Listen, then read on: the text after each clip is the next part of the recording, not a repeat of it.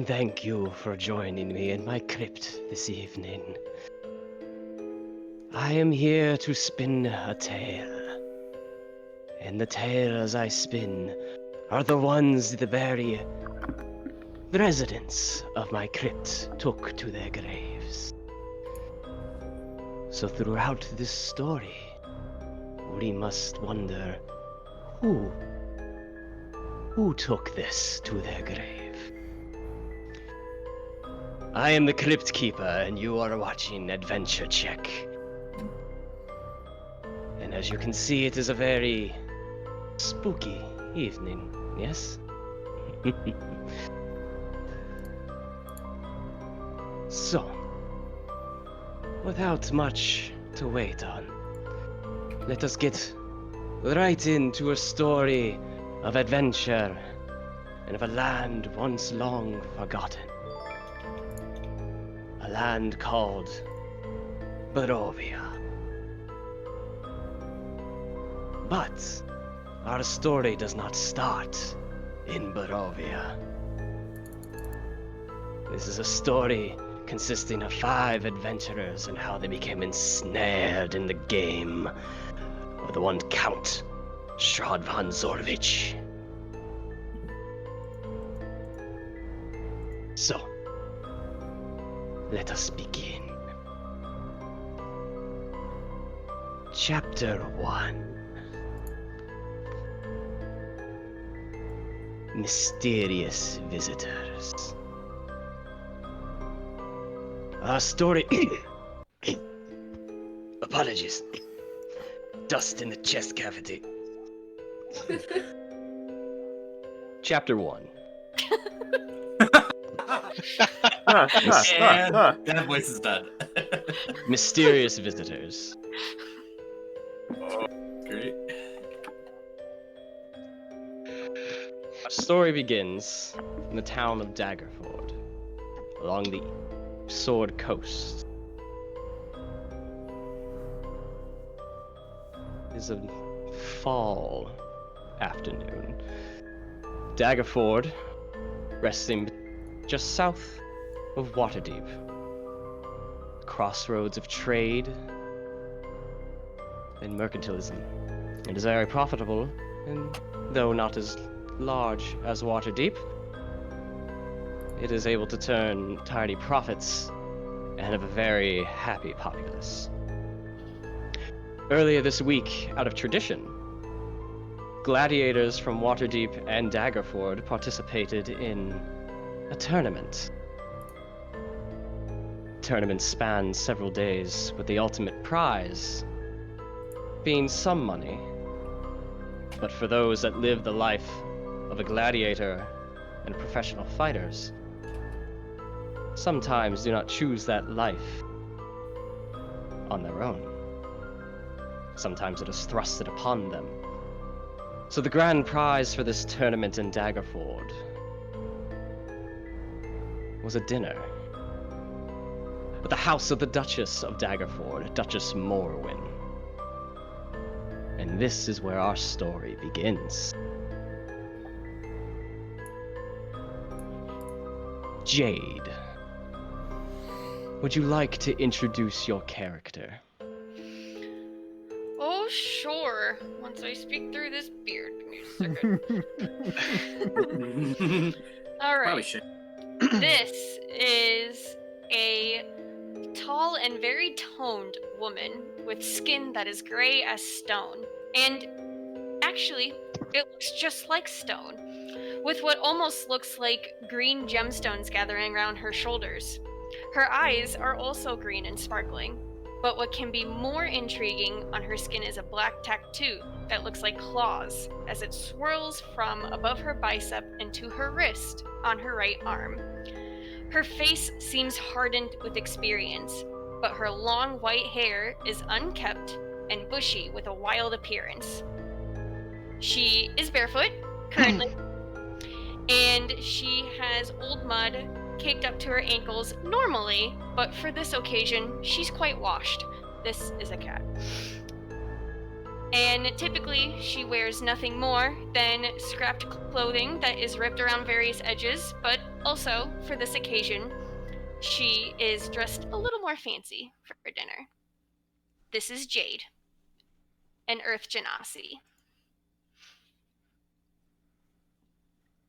Jade, you are a gladiator and a participant in this tournament.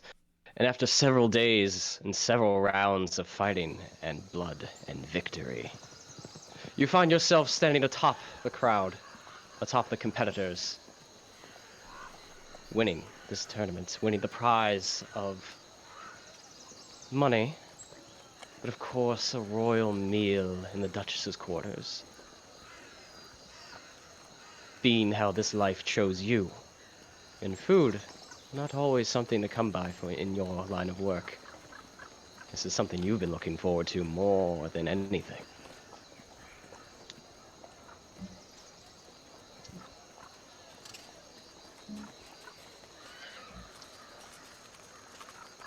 A cool autumn breeze blows through the streets as you make your way to the keep, Jade.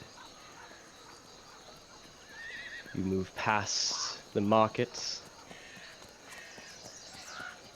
the bakers, the sense of fresh breads blowing through as each cool gust of wind comes by.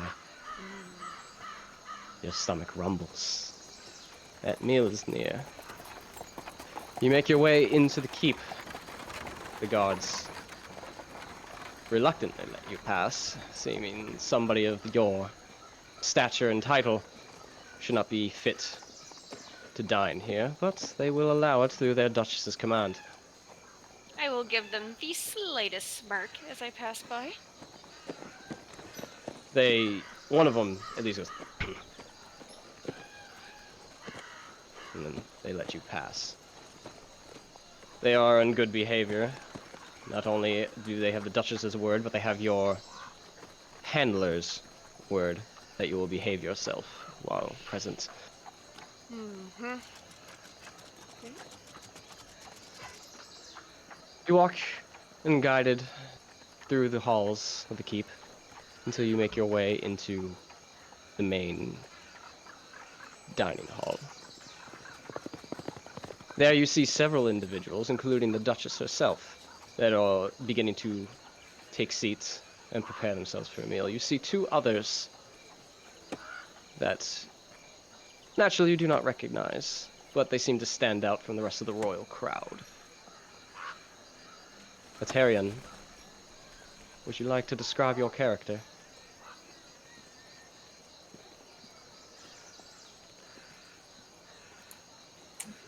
Yeah.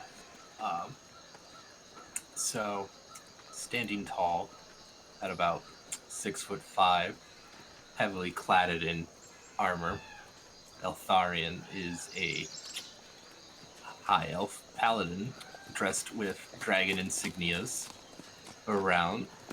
He's been around, he's very militarily worn, so he composes himself with very much intensity and ferocity.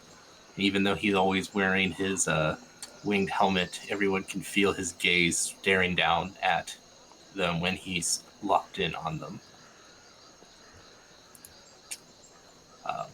This tall elven paladin catches your gaze, Jade, and you feel it. Though you pay not much mind to it, though you have one purpose here, is to fill your belly. However, there is another individual here, not a high elf, but a human. Thrombin, would you like to describe your character? Absolutely. Thrombin is a deceptively young-looking human with a tattoo just barely visible at the top left of on his left pectoral muscle, a mark known to many as the Mark of the Seekers. He has long, prematurely grayed hair, a whip comfortably still seated at his waist, and fairly form-fitting leather armor for ease of movement. Not nearly as tall as the High Elf, and he's only about 5'10". Thrombin and Altharian, you received invitation here as more notable individuals than Jade, being that of a paladin and cleric. You have come to the defense of Daggerford several times, and you've gotten to know the Lady Morwen. And I'll leave it up to you if you consider her to be a close friend, but you do have acquaintances with her. And that is why you have been invited here. Some time passes as the food begins to come out, and the royalty of the court stand ready at their chairs as the Lady Morwen takes her seat at the head of the table. Do the three of you sit? Yes. Yes, and Eltharion will remove his helmet for dinner, allowing his long silver locks to flow down his back, and his pale skin to be revealed to all, and his dark, glowing gray eyes with flecks of gold. Jade will first watch everyone and then slowly sit herself, and you can tell she's doing it slowly more to make sure she doesn't mess any manners up, so to speak. You can tell she's slightly feeling like a fish out of water. Everyone takes their seats, and servants come by with trays with bowls and plates and silverware, laying them out as everyone takes their seats. The Lady Morwen looks upon everyone. Thank you all for coming. I am delighted that each and every one of you is able to make it. We celebrate many things, the fall harvest that has allowed us to have such a bountiful feast this evening. And of course, the champion of the Daggerford Waterdeep tournament. She nods in your direction, Jade. I will give a small nod back. Those fights were something to witness. Thank you. As the food is placed out ahead of you, in front of everybody, you begin feasting. And as you dine on hot, spicy soup and tenderly cooked pheasant, there's chatter amongst the court as there's just regular dining conversation. Some time passes and the tone in Lady Morwen changes as somebody discusses squatters outside the city gates. Eltharion and Thrombin, the two of you take notice, being around her more often than Jade, that you can tell that the Duchess seems more out of sorts over this situation.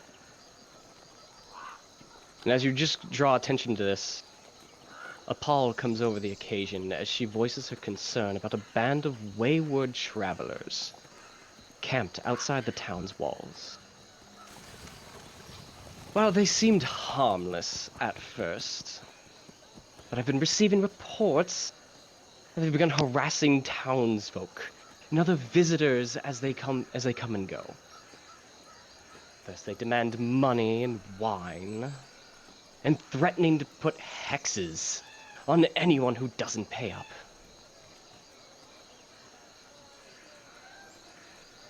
The two of you will also recall that just the other day you received word that the Duchess ordered several guards to scare away these mysterious visitors. But they couldn't get the job done. When the guards returned, they spoke sympathetically about the visitors. It seemed as if the guards had been magically charmed.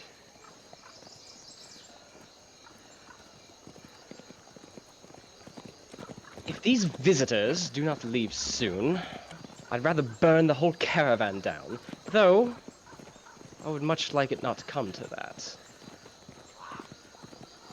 And she ponders for a moment and looks over towards Jade. What if we sent a bit of muscle, a celebrity perhaps, victorious gladiator. And of course, a cleric and a paladin wouldn't hurt. Would the three of you do me a favor and go towards this encampment and inform them that the Duchess would very much like them to leave our lands peacefully. But know that if they do not go, that we may have to bring force down upon them. You will be greatly rewarded, of course. Very well, lady. And then Eltharion will put his helmet back on and then start to stand up. Throm has a very noticeably annoyed look at the way she's addressing this, simply because it's the type of person his family may have been at one point, as they tended to live more away from cities as seekers than within. Please, Eltharion, you do not have to leave right this second. Finish the meal this evening. Very well.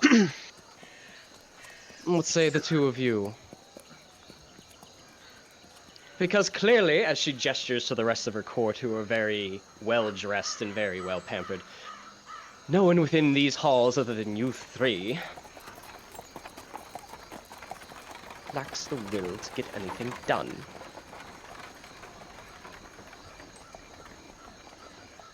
Well, it may be another opportunity to find my family, so I will go. Excellent. And what of you, Gladiator? So, I'm here for another job, really. Well, Does that's not the reason I invited you here. You are here because you won the tournament. Does my handler know of this? Of course not, I just had the idea. Though, have you agree, I'm sure there's no amount of coin I can't flash in front of his eyes to allow it. I'm sure he does love that. Another irritated twinge. Not very easily disguised. Do you require more wine?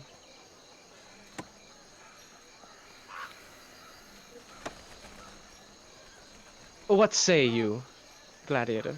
Will you accompany these two and bring my message to these squatters?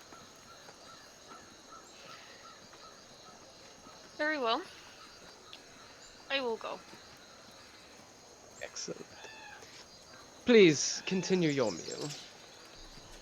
And when we are said and done, you may go forth and deliver my message. And that's all it is a message. Jade immediately looks down at her meal, and you can tell she's taking in literally every moment of the meal. Like, she's slowly cutting the food with the utensils, and she'll put it in her mouth, and she's chewing slowly and just being incredibly mindful and in the moment of what she's savoring at this time.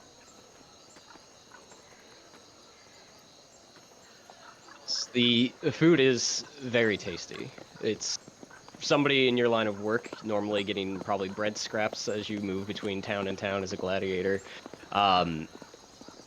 Had you actually opted to be a gladiator on your own and didn't essentially be born into it, you may have had a better lifestyle. But this is definitely fish out of water, and you will savor every waking minutes you can of this royal dinner. As soon as everyone finishes their soups and their pheasants, a round of desserts comes out of cream puffs and other tarts. Other conversation comes and goes as the evening rises to joyfulness and then comes back down to serious political discussions among the court, and then back again almost as a up and down of conversation, as dinner parties tend to be. However, after a few hours, and as the sun starts arching its way ever so closer to that western coast, dinner has come to an end.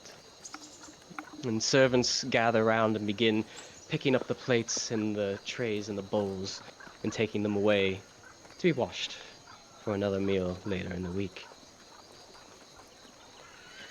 The Lady Morwen scooches her chair out ever so slightly and takes a napkin, dabs her lower lip, places it on the table. Hello. I wish to thank you all for joining me this evening. And I hope to see you all throughout Daggerford throughout these coming weeks. The winter may be harsh coming forward, so let's enjoy the autumn breeze while we can. And as for the three of you, once you have delivered the message, you may return to me with the results. And I will take it from there. Good? Excellent. Have a good night, everyone. And she turns and a advisor accompanies her on her way out. And slowly the rest of the royal court trickle out, and it is left the three of you standing in the dining hall, having legitimately met now for the first time.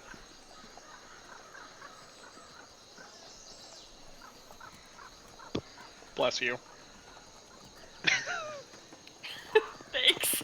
Sorry. I was trying not to have that too loud. Is there anything the three of you wish to say or do before departing? I messaged Lindsay saying so, but during the dessert, Throm's not really a big sweets person. Can tell our dear gladiator friend here doesn't get to eat that well that often, so I gave Jade my cream puff. She totally ate it. Oh. I have to take the spirit off. Holy crap. Okay, we're good. I know the feeling. For those of you out there trying to figure out what we all are, Lindsay is Bob Ross because she is our painter. Hi. Kevin over there is Cobra Kai. And Matthew is Kylo Ren. Jake, it appears you to be a kaiju of some sort. Yeah, I mean, if I'm not a dinosaur of some sort, what would I not be Saurus for? And because I'm an asshole and was in character at the very beginning of the stream, I forgot to introduce our latest addition to Curse of Strahd, Fear Gaming, Nick. He'll be joining us for Curse of Strahd. He appears to be a wolf of some sort. It's like I threw a hat on at the last second or something. It was optional. It was an optional thing. I myself am the Crypt Keeper of Stories. But no, I actually did not make this own face paint. I didn't make the design, so I'm not... It's actually pulled from a Swedish band, so... Swedish kids? See, I thought you wanted to rock and roll all night and party every day. See? That's exactly what I was going with.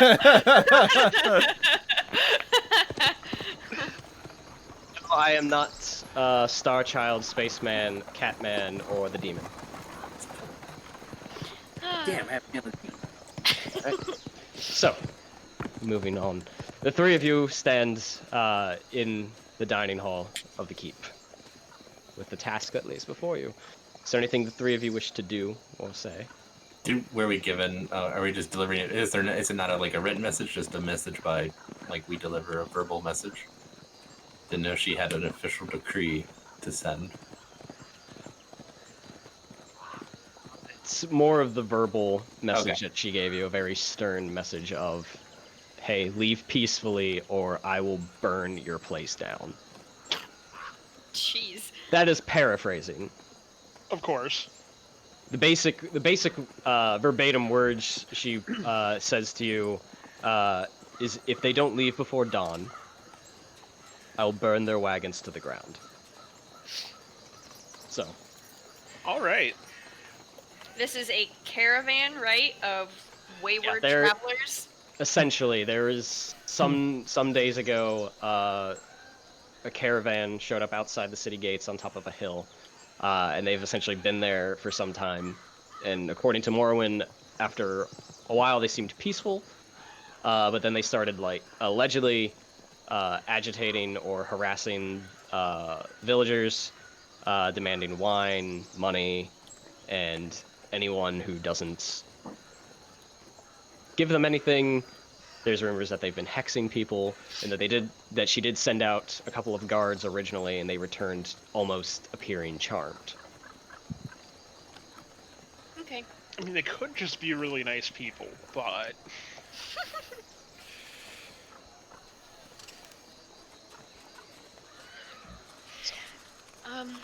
Jade So is before mostly... dawn... Go ahead. I was just going to say, so before dawn. That's our... So we're heading from nice meal to being the brute squad. Got it.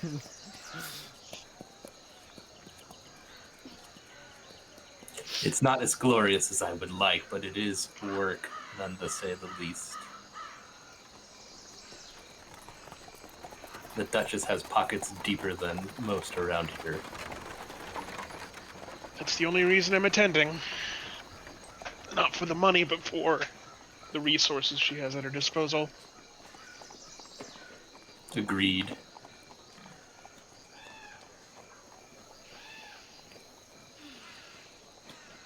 How are you, Jade?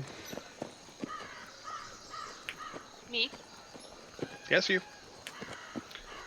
I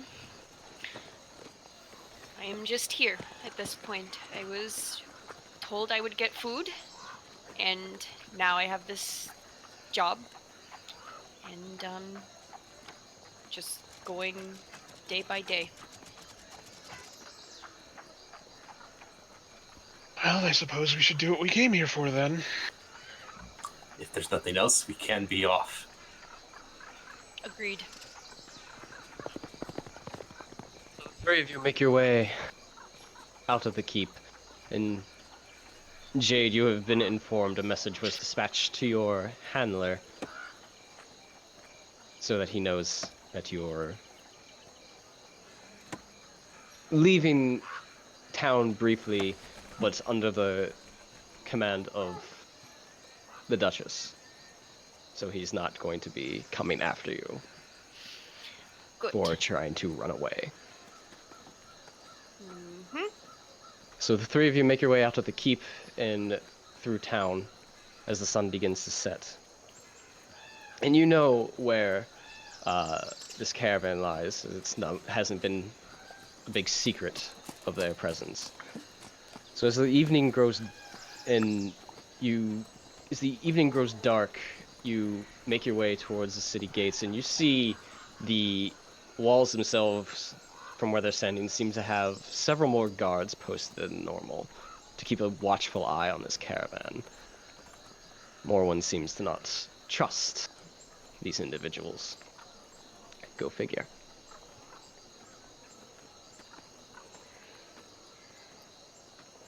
Make your way out through the gate in a winding dirt path that takes you towards the hill. You see several wagons sitting on top, and as the sun is just about to disappear and you get sort of that twilight purple sky, you see a dozen men and women gathered around a crackling bonfire.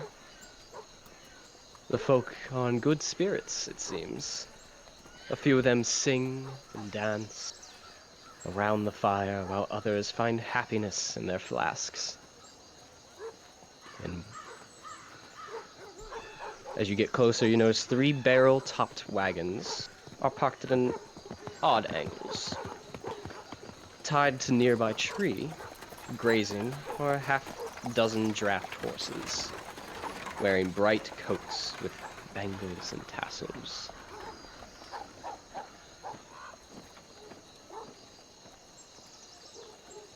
What do you do? Jade will look over at the two of them, and she will gesture toward the others and go, "Why don't you start? I'm not much of a talker."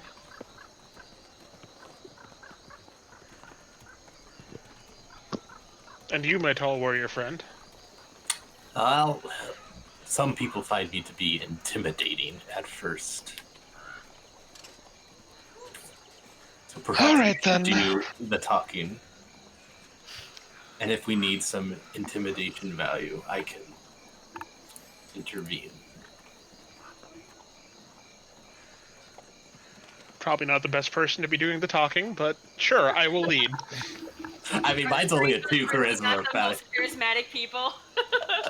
I'm a paladin. It's like I have a -1.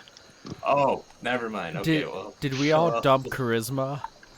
I have a 2 in it, so, but I don't know. I'm just playing lore-like. That I'm a very intimidating guy. I have a 1. I'm just a painfully direct guy, is the idea behind mine. We'll see how this is going to go great. Exactly. Because it's going to go bad for you, and then my guy's going to get really angry with them. It's going to be great. Yep. Okay, so I guess I will start walking towards the bonfire. I will follow behind. I will be right behind also. Walk towards the bonfire and you see several sitting around it, but still have those others that are dancing and drinking, merry-making, if you will. As you get closer, you notice an older man, probably in his late 50s, maybe 60s, sitting sort of center of the fire. Not center in the fire, that probably came out wrong. Centered to you on the opposite side of the fire. And to his left is a young girl, who they all seem to look in your direction as you approach. And the dancers sort of move out of the way to give you room, but they don't seem to take you as a distraction. They continue doing what they do. No sneeze? Okay, no sneeze. Sorry. Looking around, so kind of definitely is rocking that whole gypsy feel, I'm guessing.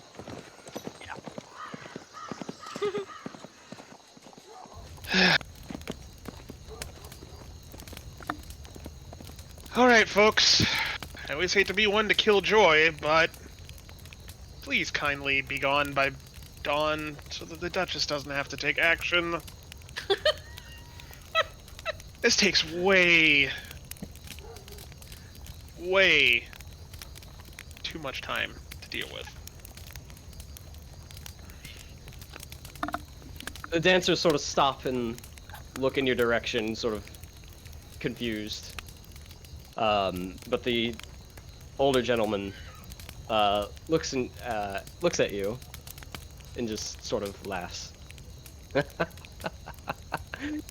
Don't worry. We have no wish to make enemies of Lady Morrowind. I have a story to tell you. First, you listen, then we go.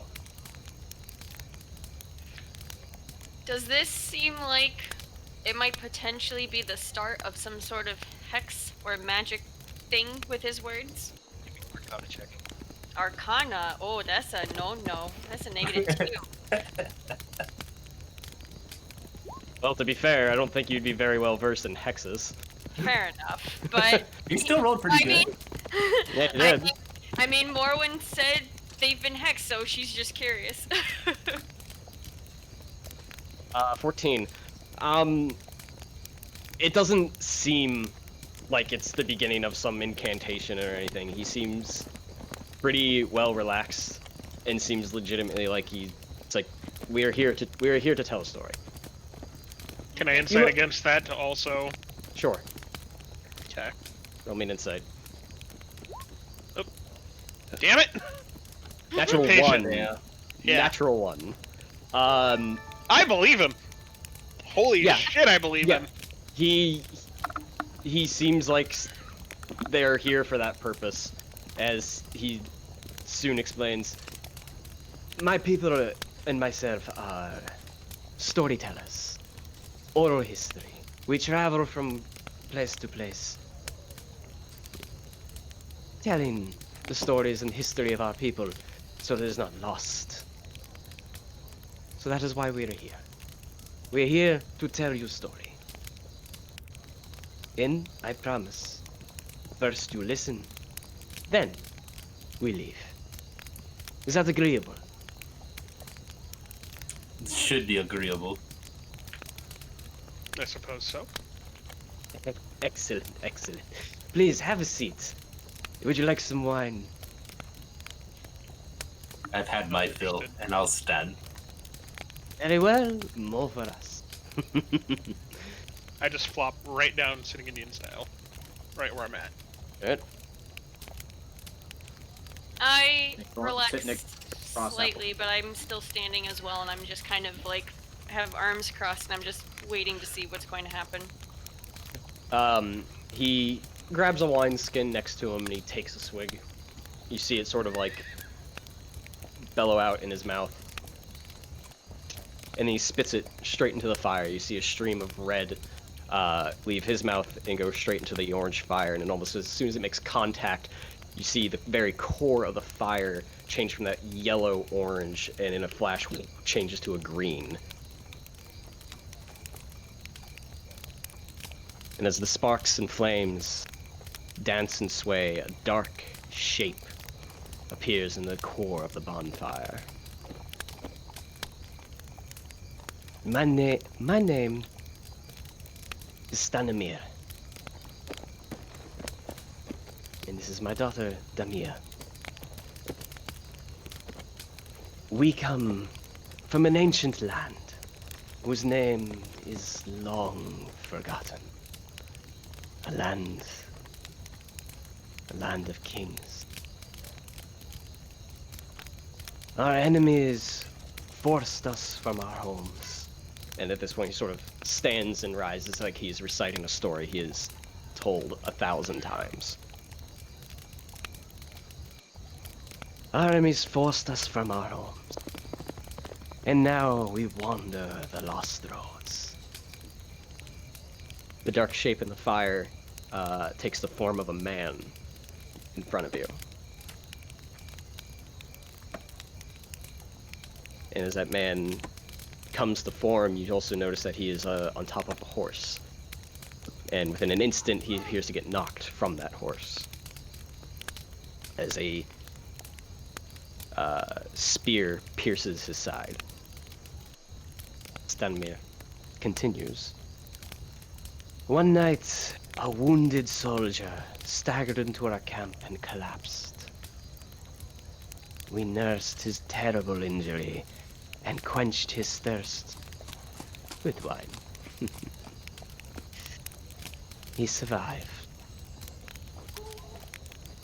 When we asked him who he was, he wouldn't say. All he wanted was to return.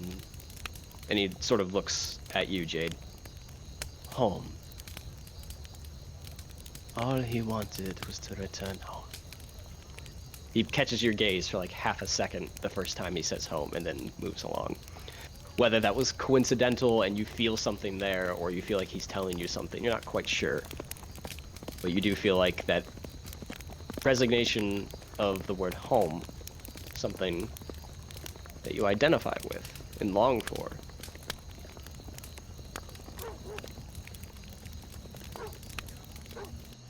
He wanted was to return home, but we were deep in the land of his enemies. So we took him as one of our own and followed him back toward his homeland. The traveling people that we are, right? His enemies hunted him. They said he was a prince. Yet, we didn't give him up. even when their assassins fell upon us like wolves.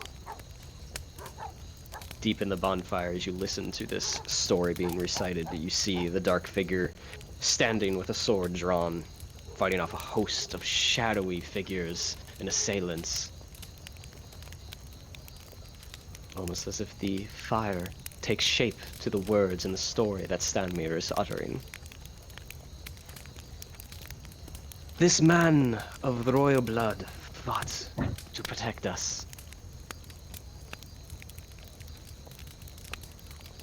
As we protected him. We bore him safely to his home. And he thanked us. He said, "I owe you my life. Stay as long as you wish. Leave when you choose. And know that you will always be safe here." The figure in the dancing fire vanquishes its final foe, then disappears in a cloud of smoke and embers.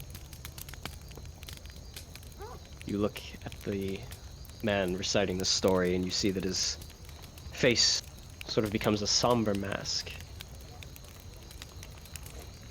A curse has befallen our noble prince, turning him into a tyrant. We alone, as he gestures to himself and to the rest of the caravan, we alone have the power to leave his domain. We've traveled far and wide to find heroes such as yourselves, to end our Dreadlord's curse and put his troubled soul to rest. Our leader, Madame Eva, knows all. Will you return to Barovia with us and speak with her?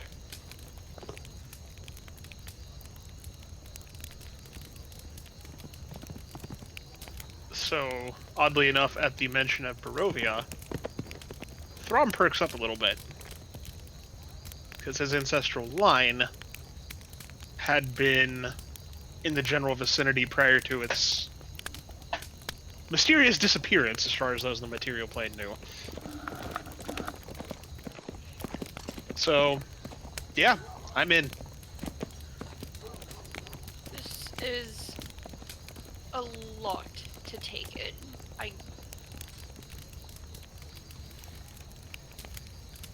I do not think we can just jump from one request to another like this.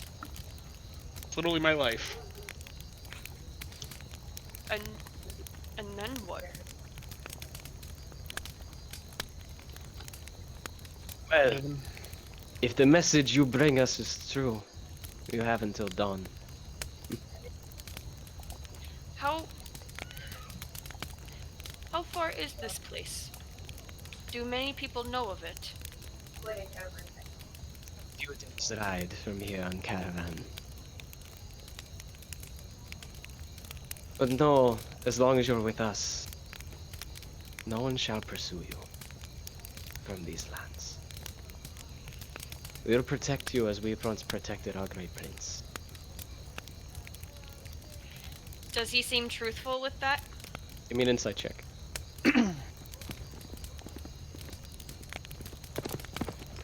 Maybe. There we go.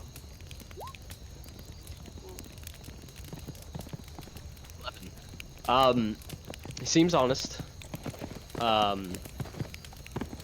He seems like the story he told did have a decent amount of emotion behind it. So you feel like he's speaking the truth, that there is a curse upon their prince, their king perhaps, and that they are here to find somebody to help them with it. I will ponder it for a moment. I'm going to look behind me, back toward the direction that we came from Lady Morrowind's place. And then I'm going to look back at, what's his name again? It's Duntrimir. Okay. And I'm going to give him a nod. And I'm going to say, I will go. As long as there is no pursuit of me.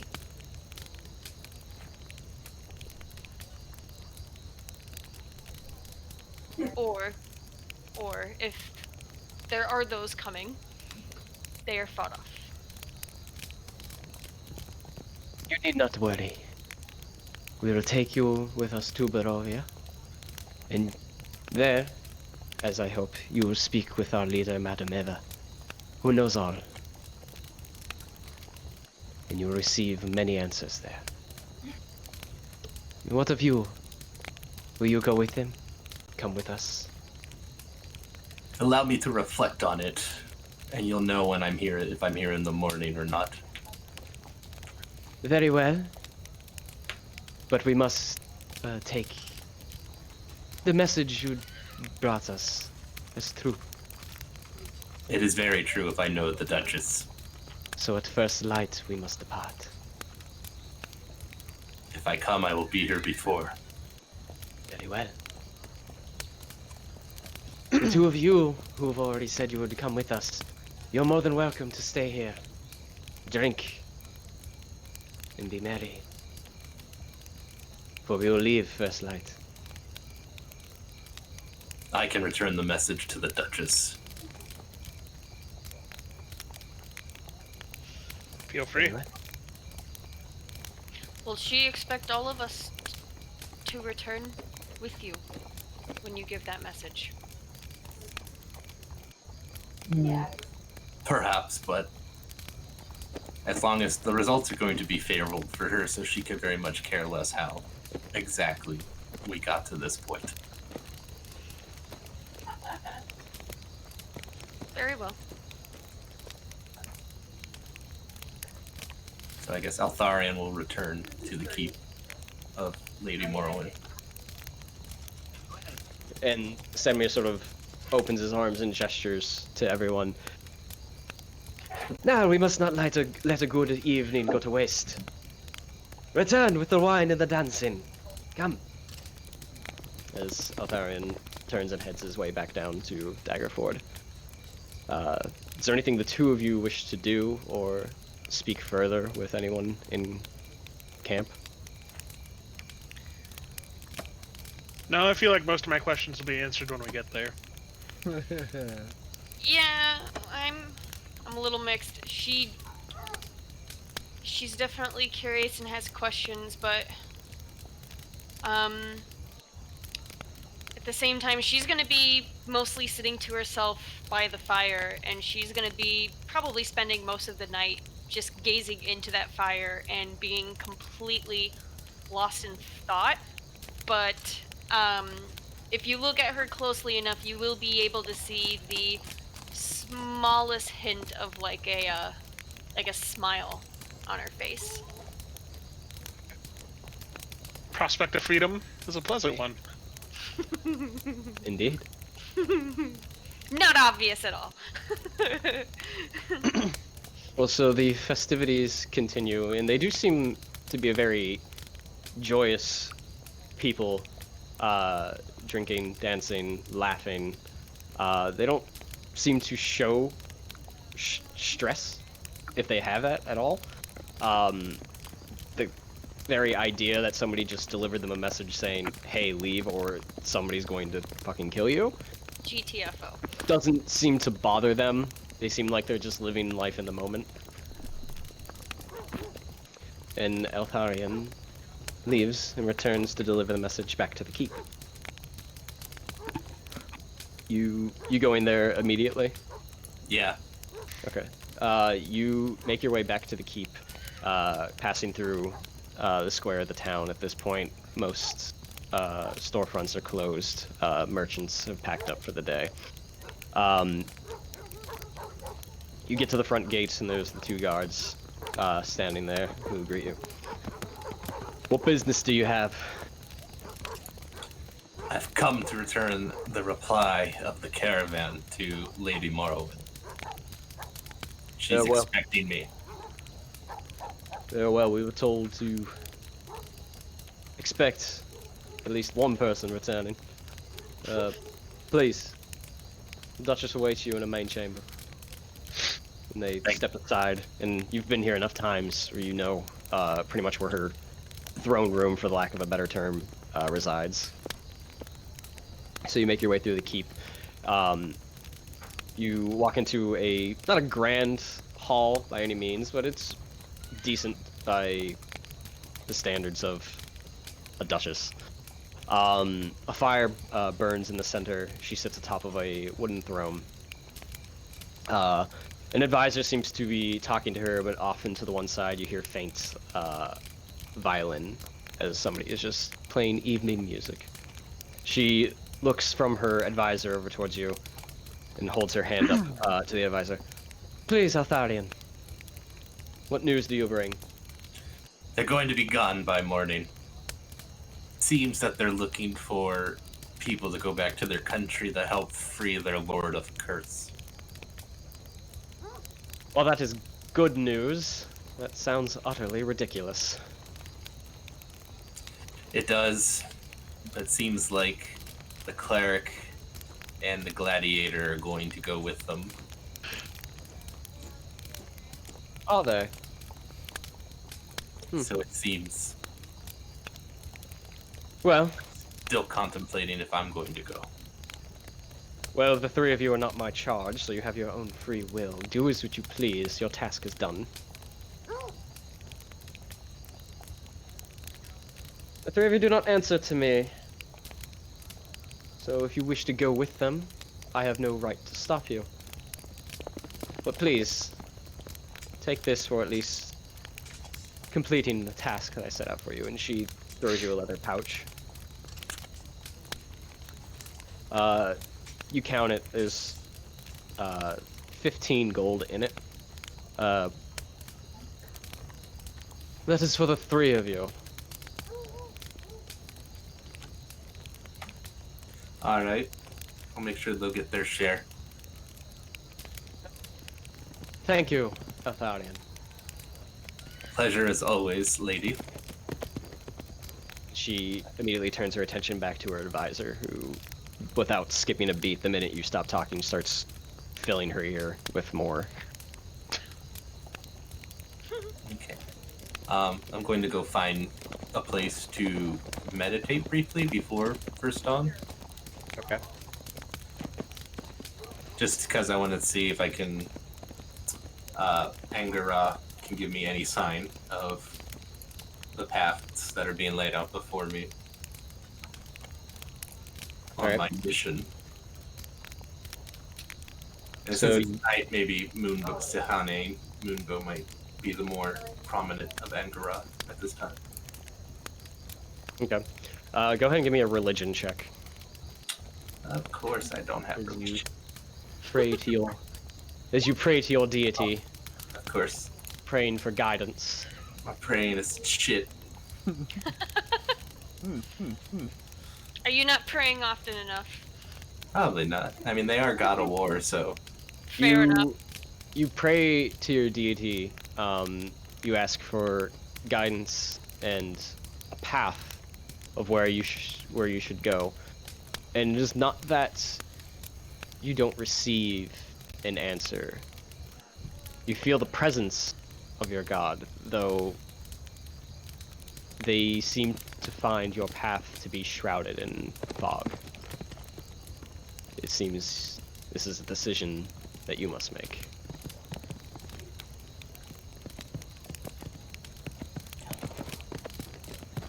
Alright, so I'll sit and contemplate till just right before dawn, and then I will awaken out of the trance and head towards the caravan. So, early morning before the sun rises, the caravan begins packing up, hitching the horses to the wagons. The two of you are up fairly early with them and get into one of the wagons that has room. And it's packed with several of these travelers, but they don't seem to mind. And just before the sun peaks over the horizon, Altharian returns. Stanimir looks at you. Ah, you've arrived. You wish to join us. I will follow and see what evils might beset your land. Excellent. For that is my mission, is to seek it out and conquer it. Very good, very good. We thank you. It has been... We've had quite the trouble finding heroes willing to come back with us to help free our lands and our prince. So I thank all three of you. Now come! We have a long journey, a couple of days, and we shall be in our new land of Barovia. As the wagons, as the sun begins to arch over, begin to get pull that momentum forward, and the three of you find yourselves on the road. And then I will give 5 gold coins to Thrombin, saying, here's your share of the Duchess's pay, and then I will take 5 out and put them in my own pouch, and then give the last 5 with the pouch to Jade. You're going to probably need one of these. Thank you. I told the Duchess of the response, and she seemed pleased, but that also meant I told her what your decisions were. So I have no without a doubt that your handler probably will come to know that you are going on this trip. But I'm much not one for slavery as well, so I will help protect you when needed. As will I. Welcome to freedom. Freedom. I appreciate that. And if he does come, it is good to know that while I do tend to fight for myself, I am not alone for once. If that makes sense. It's not hard to tell that you've been waiting for this for quite some time. Yes. I have. Donnie just gives a nod. Remains quiet on the way. So for the next few days, the three of you travel with these wanderers, this caravan, in their wagons, going over hill and countryside as the autumn days grow shorter, cooler. There's one day of the travels is a very heavily overcast, and to the point where it blurs the line of is it morning, is it evening, I really can't tell, and you start crossing into woods. And as the path takes you into these woods, a heavy fog, like mist, begins to set in. And you see a couple feet out ahead of you, the first wagon sort of goes through the fog and disappears from the density. It is really difficult to see through it. Next wagon goes through. And then the next. And you find yourselves almost as if it's night.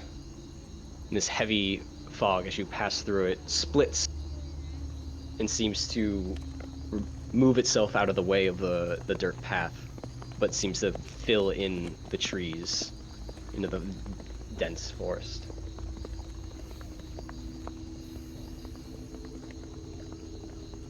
I need you all to give me a perception check.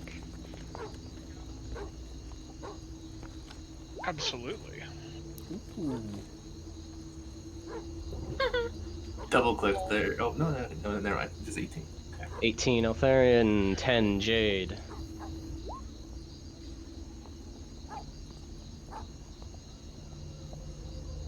Wow. Are you surprised? I told you, man. Wow. I told you. Roll 20 hates me, man. 8. With an extra D4 thrown in. 8. Eltharion, you hear some rustling in the woods ahead of you and off to the right. And you hear sort of like brush rustle around, and after a few moments, it sounds to get somewhat closer to the road until you see a very small, shadowed figure sort of stumble out and just looking around. And he like looks in your guys' direction, sort of like stands up straighter. Zips, would you care to describe your character? Jesus Christ. Introduction still. Yeah, so you guys see this small figure. You can tell it's a goblin. Big ears. The classic green skin, only 3 feet tall. With in raggedy clothes, and with a short bow, just sort of slung over one shoulder, and a couple of blades at its side, and it's mumbling to itself. I know it went around here somewhere. Where'd you go? I love it. Stop the wagon. Stanimir pulls back on the reins. Hey, what? What is it? Goblin. I'm gonna make a stealth check as a bonus action. Go for it.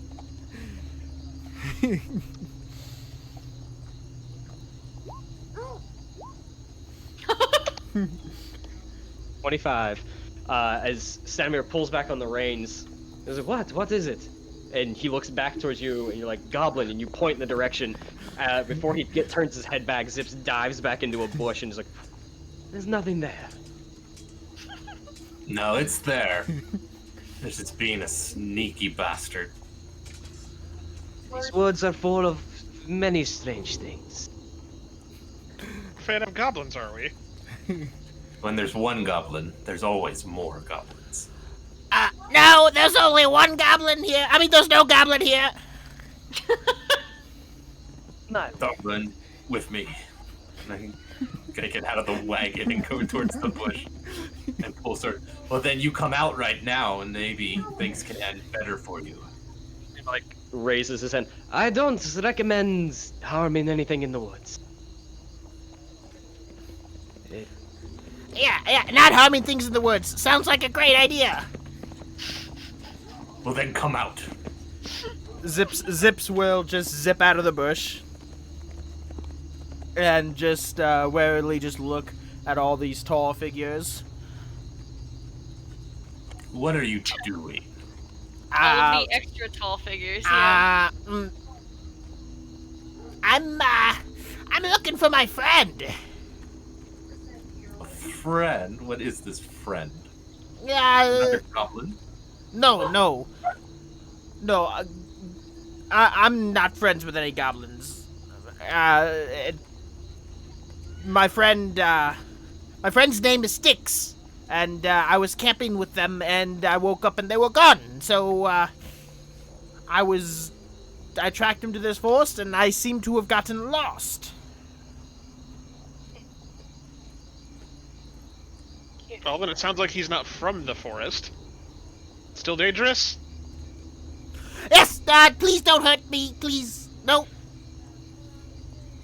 What does this friend look like? About your size, very spindly.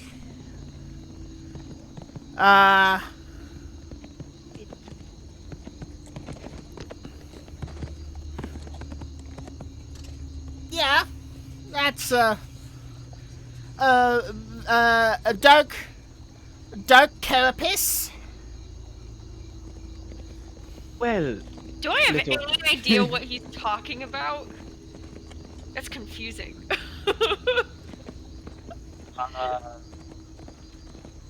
Go ahead and just roll me a straight wisdom check. Oh no. Okay. Because the description is so vague, I can't narrow it down to a specific. I'm okay with that. I'm just curious, that's all. Like, I'm not... Not a 15. Could be anything. You're not too versed in goblin culture. So what they might consider like friends, whether they have idols that they worship or anything like that, or actually have like animal friends or even other humanoid friends, it's really hard for you to say. Well, little one, you seem to stumble your way both in and out of our forest. If you are looking for your friends, you may wish to come with us. You speak with Madame Eva. She might be able to point you in the direction. You're not gonna hurt me? I have no desire to hurt you. And if you're with us, no one in this caravan. Okay! And just climbs in the wagon. Yeah, so Zips comes running up to the wagon and just like shimmies up one of them and just plops himself down. Probably sitting next to me, then I haven't moved. Tharia's just gonna put his sword away, and as he puts it away, just head down, just shakes it, and jumps back in the wagon. Would, Jade have seen goblins before in the arena, or no? Is this like a totally new species to her? You probably have seen them, but probably not this friendly. Okay, she's Most just of the- gonna stare at him. Most of the goblins that you run into as a gladiator were probably held captive. They were probably feral goblins that were nowhere near like Zips. Gotcha. And they were probably thrown in. Think of essentially throwing lions and tigers at gladiators. This is essentially what the goblins were. Gotcha. She's Among just other gonna... animals. Okay, she's just gonna be totally unawares that she is 100% just staring at this goblin in total curiosity. Zips is just staring back. God, now it's a stare down and no one knows. Just like, oh. It's... If everyone's comfortable, then we will move on. And he takes the reins and whips the horses.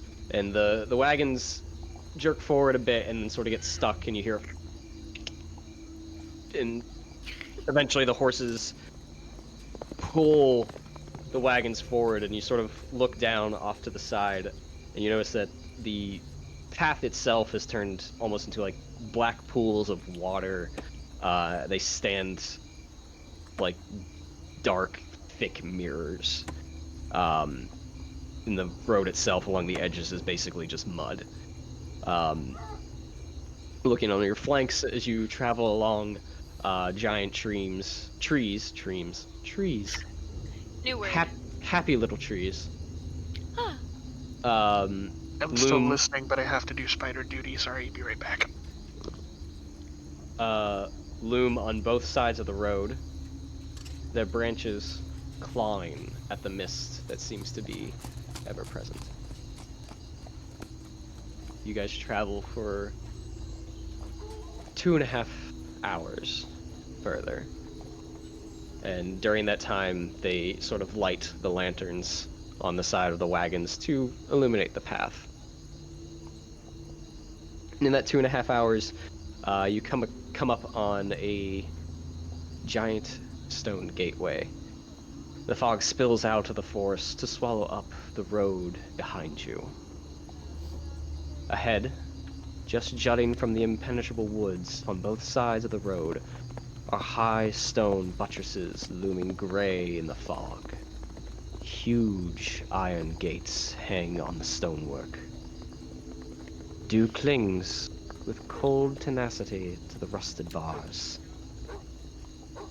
2 headless statues of armed guardians flank the gates, their heads now lying among the weeds at their feet. They greet you with only silence.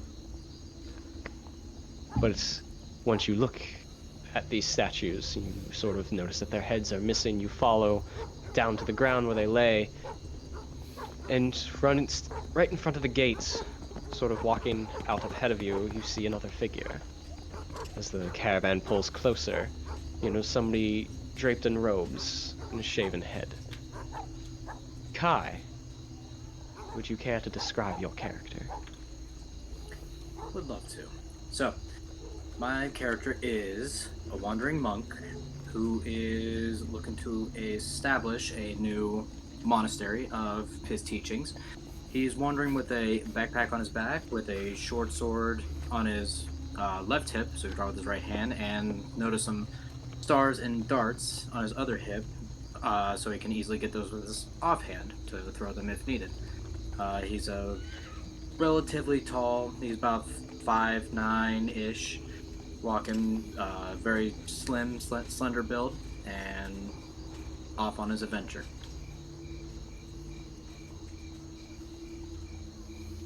It's not much longer until this caravan is pretty much riding alongside you. So as I kind of like hear the caravan, I'm just gonna like just put my hand, the same side of my hip, just down to my sword, just kind of like just grasping the top of it. You turn to greet, or at least gander, at this caravan, and they seem colorfully dressed, calm travelers, other than perhaps 4 of them, who don't seem to be armed by any means. If that is something you're looking for. Yeah. And if I see him kind of like unarmed, I'm just gonna like just slowly take my hand off the sword. Another traveler. Fellow travelers yourselves.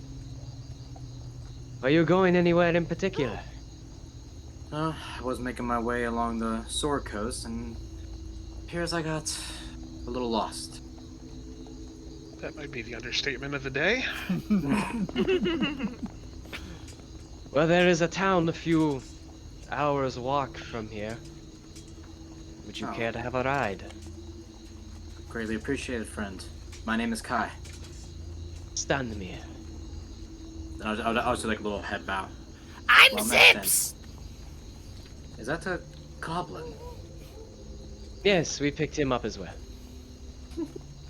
Uh, Strange things in these woods tonight, strange things. yeah, I suppose so. I'll take that ride now with you guys. Very good. We will get you into the town of Barovia in no time. If it I like helps. Oh, go ahead. Sorry. No, go ahead. I'm making a comment. You being character. Oh. Yeah. If it helps, the little one hasn't tried to poke us with anything stabby yet. That's good. Welcome aboard. And Kai, you make your way up into the caravan. Now sitting tightly packed with these 4 other who stand out amongst the rest of the caravan. And the caravan begins to pull forward and making its way along the path. And with the party assembled, we are going to take a 5-minute break. So don't go anywhere. We'll be right back. And with the winner of our Hero Forge. So we'll be right back. All right. You're listening to the Adventure Check podcast. And now, we return to Barovia.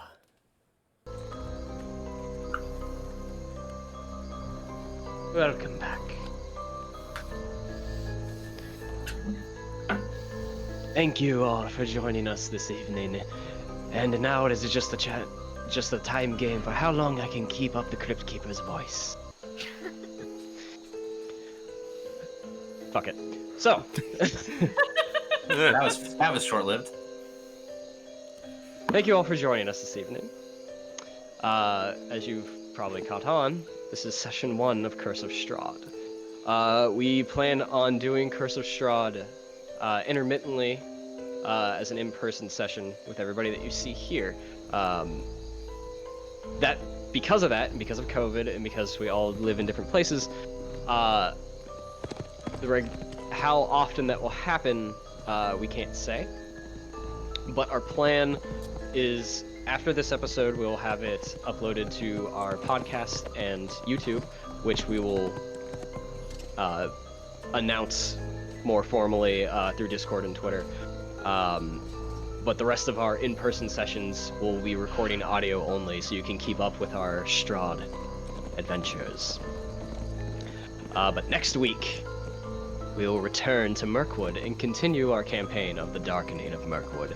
So we've had a pretty decent hiatus, but we will finally be coming back to that next week.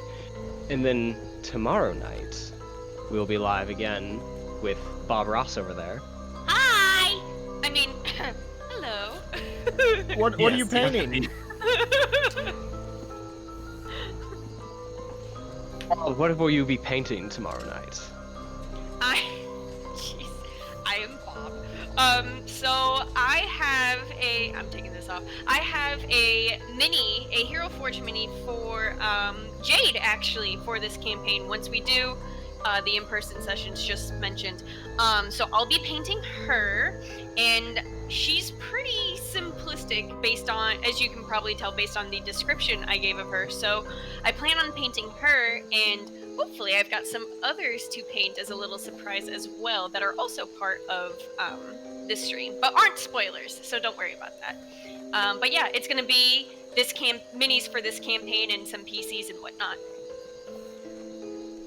So stop on by tomorrow night. Keep her company. It's a painting chat. Half of it's painting, the other half's chatting. I like friends. Chat with me. So to avoid making us liars, we need you to come chat. Alright? Yes, war paint too, Froy. All the war paint. So speaking. You touched my hands when I did Prince's face. So, speaking of Hero Forge. So, as you all are probably aware, before we hit affiliate, also before we hit 50 followers, we were running the giveaway promotion that when we hit 50, we were going to give away a Hero Forge mini. Well, that time has come. We have selected the 50 that were the first. We did a few rounds of qualifications, and we were left with 3 individuals that we picked randomly. All of it up to this point has been random. Okay, remember. So, we came down to 3, and the winner of the Hero Forge mini giveaway, presented by Adventure Check, here on twitch.tv/AdventureCheck, on the internet. Wait, where's the internet? Whoa, On real October- Adventure Check from Twitch TV? On October 27th, 2020, at exactly 9:31 p.m. and 20 seconds. Eastern Standard Time. Eastern Standard Time. Are we Eastern Daylight Time right now? No, that's Sunday. The winner is Froy the Mage. Rigged! Yeah, I would say rigged. So congratulations, Froy. We'll reach out to you regarding specifically what we will do from here. But basically, you'll create your own mini on Hero Forge, and we will ship it to ourselves. Lindsay will paint it according to the color palette of your choosing, and then we will send it off to you to potentially travel its way to Barovia. So, now that that's out of the way. I'm so excited. I was like, I want them to know who won. That took way longer than it should have, mainly because dates just ran together. Mm-hmm. Like, Lindsay and I got married, and then we were out for like 3 weeks, and then we were basically bouncing between things, so we just needed time. So It also took some time to make sure that those who were qualified were actually within the U.S. yeah, I was reaching out to like 8 different people who originally qualified and waiting for either responses or the go-aheads. So we went through a lot of people, actually. Yay! I'm excited to paint Hero Forge minis. Ooh, my so- chair is nice and bouncy. So, And your beard did not move. if those of you that have watched our streams in the past and are watching here tonight, you've probably heard some ambient sounds, music, some spooky opening tunes, perhaps. These tracks are courtesy of Battle Bards. So we use Battle Bards streaming service to provide that little extra layer of immersion and ambient effects to our tabletop games. Whether it's virtual like this, or in person in the coming weeks when we return with in-person sessions with Strahd. If that is something that you would like for your own games, check out our link below, or hit up Nightbot, and go over to battlebards.com and get yourself a subscription, a spooky subscription tonight. A subscription will get you access to their entire library, so you can stream it, be able to mix and match, upload your own audio. They have everything from soundscapes, monsterscapes, orchestral scores, and even NPC scripts. And if you do subscribe, use the coupon code ADVENTURE, so you can get a little extra spooky goodness on behalf of us. Excellent. Crypt Keeper says so. I've outfitted my entire crypt with speakers of Bluetooth.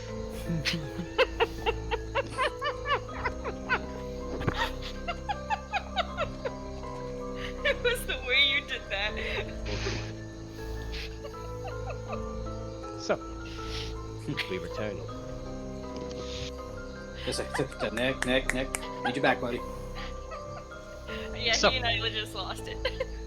Without further ado, we will return to part 2 of chapter 1. Part 2 is entitled Death House. Uh-oh. And of course, I'm having audio problems. Rip around. It's the crypt Bluetooth. I would imagine Bluetooth technology does very, very poorly in crypts. Yeah, those stone walls and being underground. Listen, And the ghosts! My wife's going to bed. I'll be right back real quick while you're getting your Bluetooth crypt figured out. does anybody still hear music? Yes. Yeah. Yeah, hasn't stopped. It's just me then. Ooh, spoopy. All right. It's the ghosts. Okay. Ghost. So, after several hours of traveling in the caravan, the caravan makes its way through the large steel gates, and winding through the forest.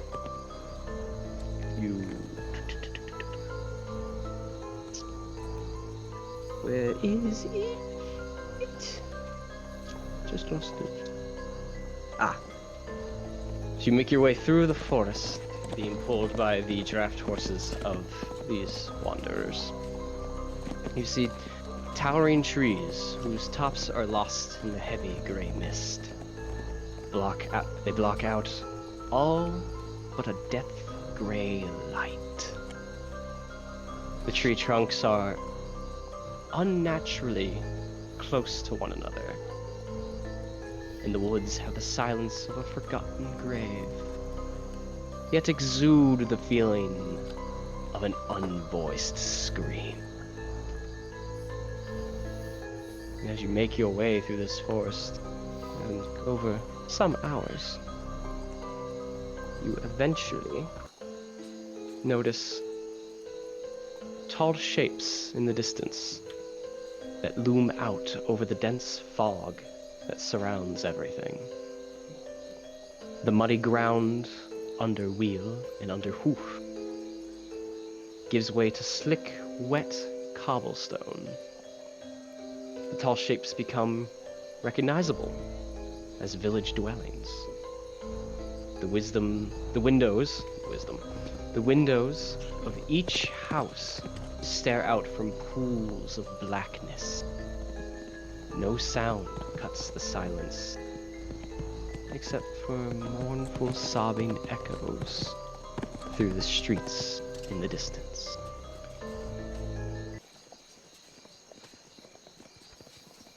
Ah, the village of Barovia. Hate to be that goblin, but that doesn't sound like a good sound. That sounds like a very sad sound.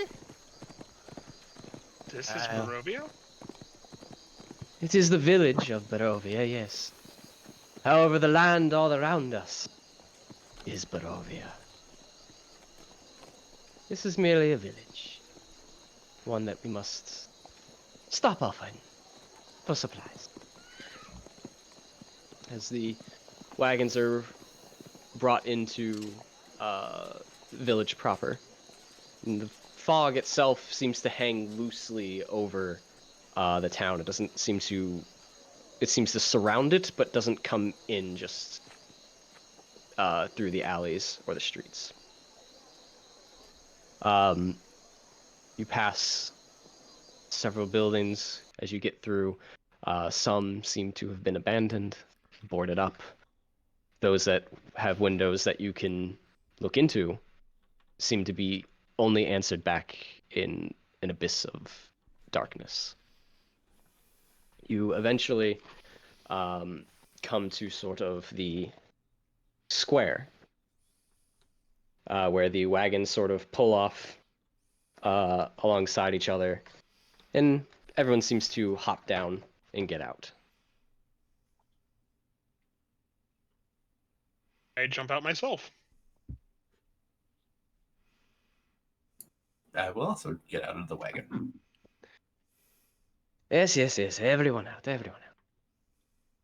So it has been a long journey, and we need some supplies before we progress any further towards our own village. This is the first one along the way, so we will get what we need here. So Jade. Oops, sorry, go ahead. Jade is doing what? She is kind of looking around curiously for a bit, and then she was going to look down at Zips and go, your friend, do you think he is near? In a place like this, I doubt it. But you never know. And then she'll get out also.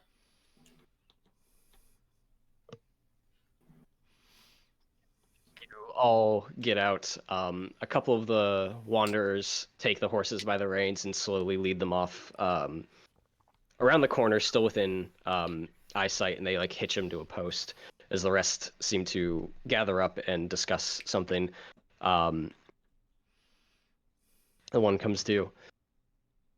So we have supplies we need to get. You're more than welcome to stretch your legs. We won't be but a moment. And he turns to the rest of his group, leaving the 5 of you sort of in the square of the town.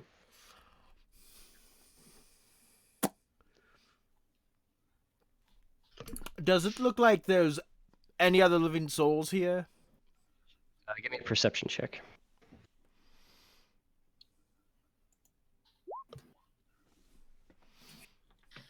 17. You look around.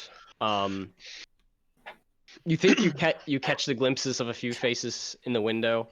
It is eerily silent at this point, other than the travelers that you came with that are making some low rumbling of noises just by hushed whispers. But you do get one sound that seems to be fairly close. Sounds like soft whimpering.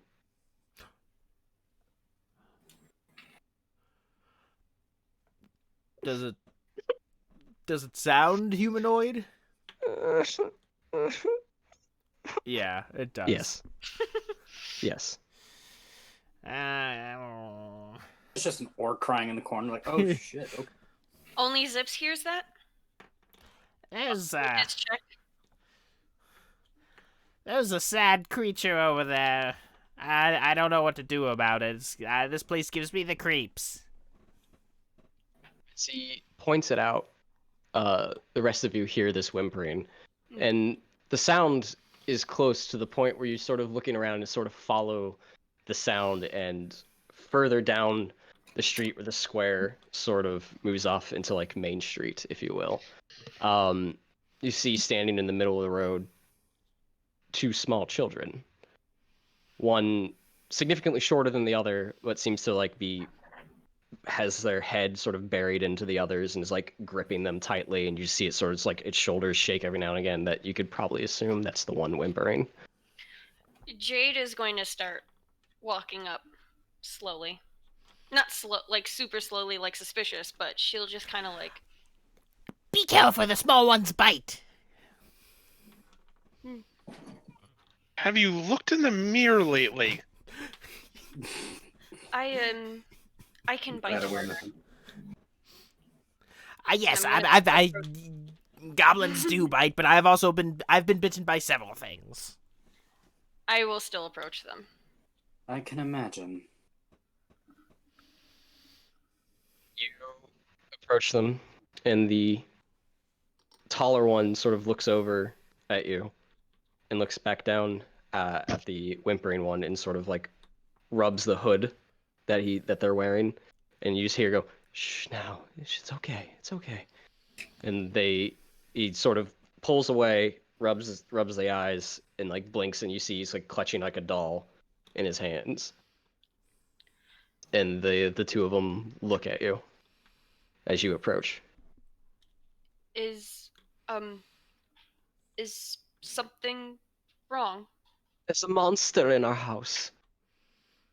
And then as she points back behind her, to a tall brick row house that has seen better days. Its windows are dark.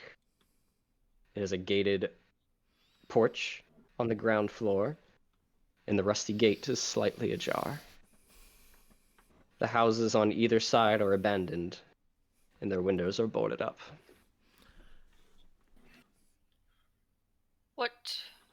What kind of monster? I don't know. I've never seen it. I've only heard its terrible howls. Like a beast? Maybe, I don't know. I haven't seen it. They pointed at the house? Yeah, they pointed it out. And you said there was like a battered window or something? A battered window? Or like a I thought you said boarded up window. The Boarded. houses next to it are boarded, but this house has dark windows. The windows are dark. Oops. Go ahead. No, I mean, it could be Styx. Styx is a monster? Just stick. I mean, Styx doesn't really howl, but a child might be afraid of Styx. I'm going to walk slowly toward the house, and I'm going to try to put my ear to the door and see if I can hear anything. You go up to the house. Yeah. Okay, give me a perception check.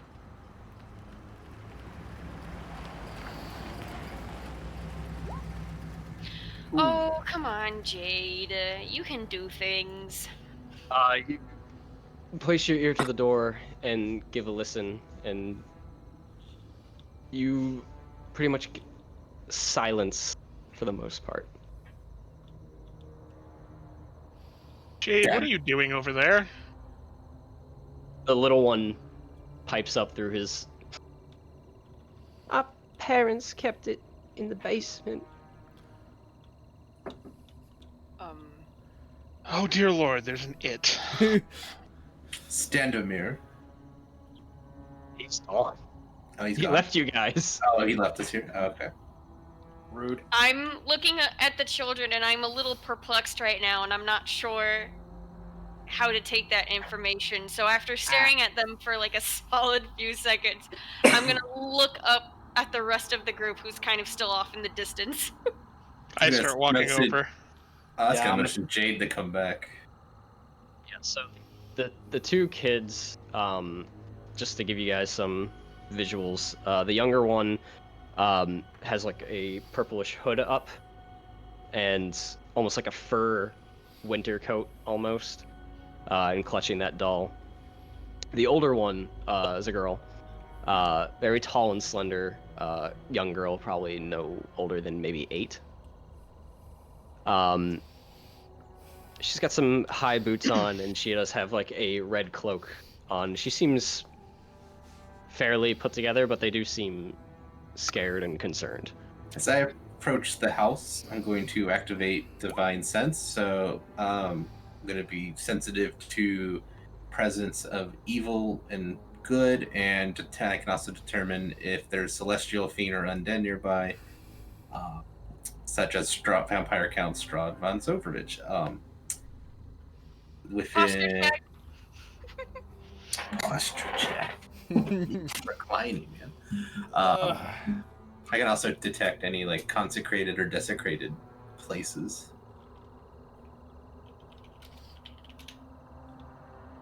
Within 60 feet. Yep.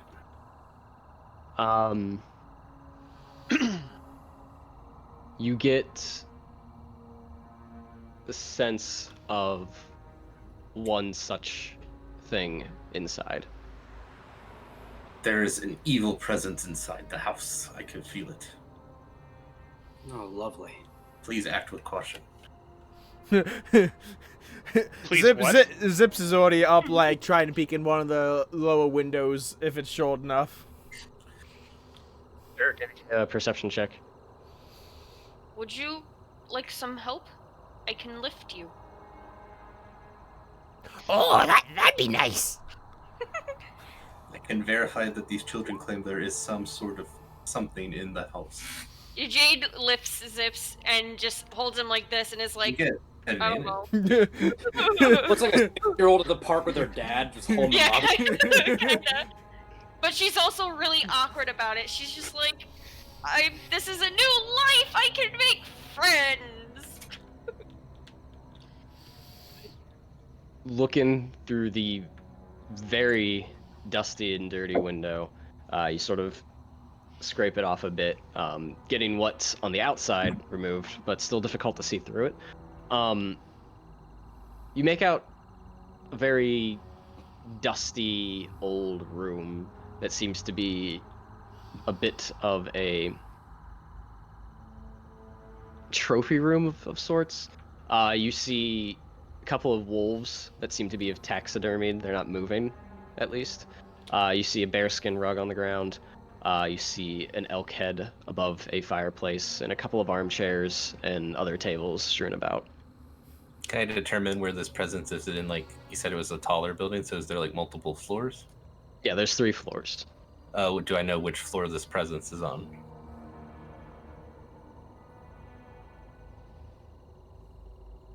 I'm reading your ability. Oh, yeah. You know the location. Okay. It seemed... Yeah. That is not behind total cover. Oh, not behind total cover? Oh, crap. You don't know shit. No. You don't see anything from the outside. You know nothing. Poop. Rewind. Well, At least we know it's not by the windows. I mean, That's like the one caveat in my opinion with that. this all sounds very dangerous, and maybe it's best we just leave it alone. Nope, Zips, you're going in first. Please. We don't want to go back in there until it's gone. I'm going to open the door. The girl pats the one on the head. It's okay, Thorn. They're going to help us. She looks over at all of you. Aren't you? I'm opening the door slowly with Zips. Zips in my arm. Zips is just like hanging outside of Carrying him frickin' Jade's toddler. arm and just tries to smile at the kids with his goblin smile. Great duo. Great team.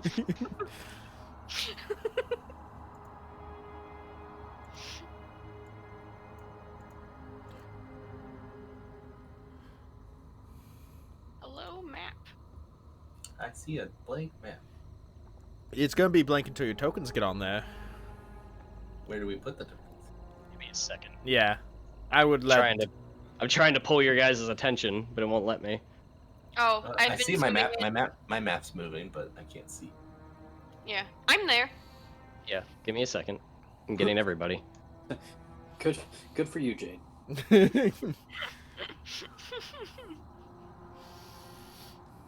You guys might want to change the size of your tokens on this map because the squares are a bit smaller. How do you do that? I don't. Yeah, I didn't You click the token and Oh, there it drag it. We can only move by dragging. I think you have to resize it. Yeah, we can't resize them. Ugh. Oh, I've never had Roll20 lag for me before today. I guess it's the lighting. All right.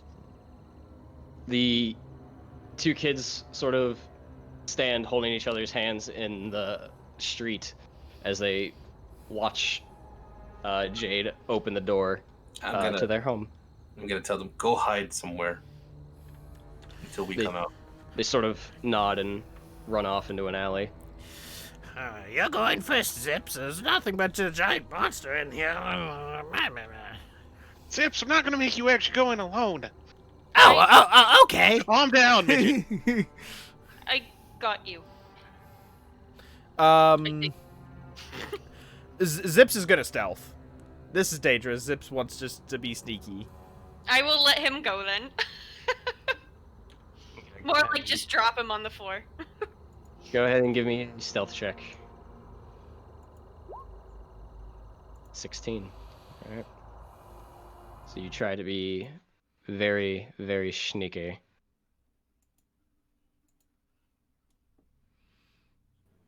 Jade, can you see into here? Mm-hmm. Yes, we can see into the next. Okay. Okay. So you open the door. Mm-hmm. Is that it? I'm going to slowly poke my head in and try to look around. What is the, Oh, do I not? Hold on 1 second. Is anyone else doing anything at this time? What is it, I'm dark gonna make my inside? way in. Make my way inside like the tail of the house. It's not like brightly lit, but there's nothing really inhibiting your sight at this point. Okay. I'm just going to, the door's open, right? Yes, she opened it. I'm just going to, just sneak into the room. Slowly creep in there. Yeah, I'm going to, if I don't see anything at first, I'm going to slowly walk in also. I'm actually gonna draw my short sword, hold it like in an ice pick grip, and keep it back behind me, and follow in. As you guys walk in, you notice you walk into the main foyer. You see on the wall is a shield emblazoned with a coat of arms that appears to be a stylized golden windmill on a red field. Flanked by framed portraits of stony-faced aristocrats. The Is mahogany. it possible to identify it? The individuals? Yeah. Who this coat of arms would belong to? Give me a history check. I will assist with my military background. Actually trained in history. Here comes the other nat 1. 14. No! You do have advantage because Jake said he was assisting you if Brian lets that fly. How do you assist him in the knowledge of his own brain? I say with my military background and knowledge of other coat of arms. Okay. Go ahead and roll again. I'll take Nice. that. Yeah, I'm only 50% nat 1s now. 20.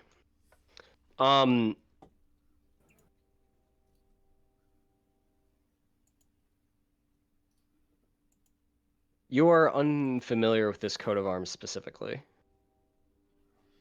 I don't recognize this one at all. Thrombin. Granted, I don't really know much about this whole country that I didn't really think existed until we got brought here. As they're looking at that, I would like to keep going across the room. And I'm gonna stick close with Jade, just a little bit. Where is the coat of arms? I guess I should stand next to it with Thrombin. The ground here. I don't see a ping. Oh, because I keep changing Layers. Yep. Okay, yeah, I'll be right there. Thrombin wants to come hang out. But Jade, as you walk to the other side, you see right about there that you don't see because I'm on a different layer again. Is a mahogany framed double door that has sets of stained glass panes of stained glass are in the door. Can I try to listen through the door as well as see if I see any, like, broad movement through the glass? Give me a perception check.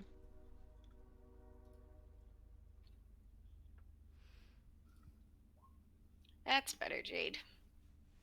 18. You don't see any movement through the glass, heavily obscured that the stained glass is, but you don't see any sort of shadow movement. Listening, you probably hear just place your ear to the door and just hold your breath and count for a few beats. Nothing. Perhaps it is still in the basement? Well, remember, if it's a predatory creature, many predatory beasts can remain still for a while.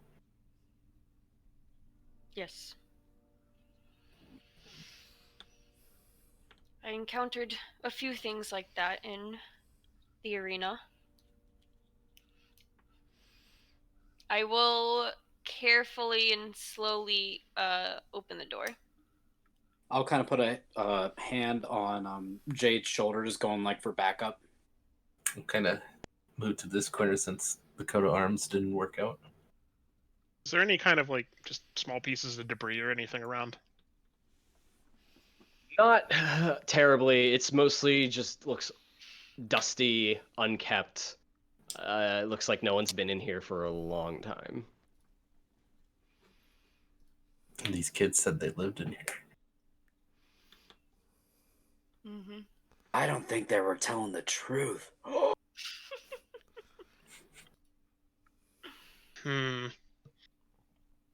Sure, this will be fun. We'll take the flashlight approach, kids. So I light my shield.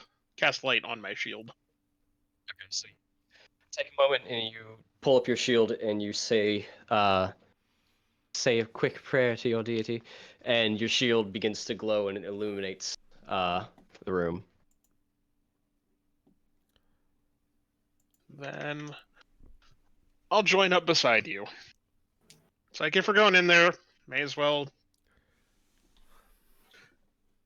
give it a little less to hide in, if it's there. Very well. Even though I'm pretty sure all of us can see in the dark except Kevin. I cannot actually. Oh, you can't? Okay. Oh. I had to double check that, but apparently I can't. I'm legally blind. It's the fire genasi that have dark vision. My fire eyes. My bad. We all moved. So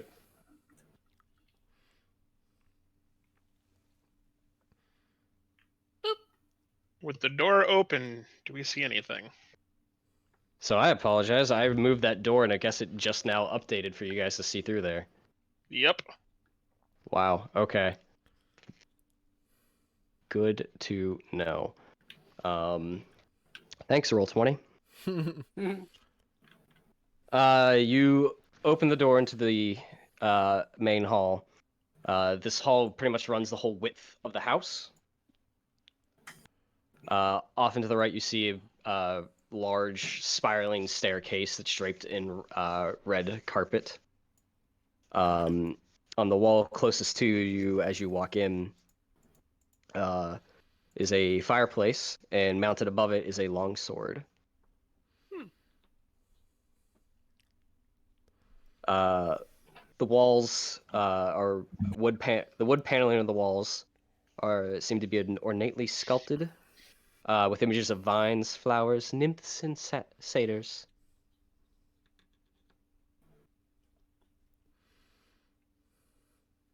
Other than that, you see several other doors and a fairly quiet, unremarkable room.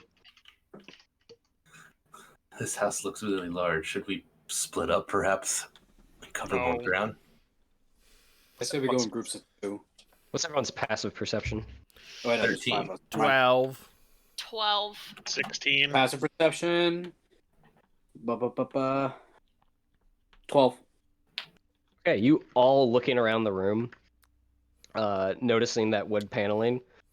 At first, you see the vines, the flowers, the nymphs, and all the happy, flowery stuff. But then after you stop for a moment and sort of squint your eyes at it, you actually see serpents and skulls inconspicuously woven into the wall design. And that the paneling itself seems to follow the staircase as it circles upward to the second floor. Kids say there was a basement. Yeah. Yep. They the kept monster- it in the basement.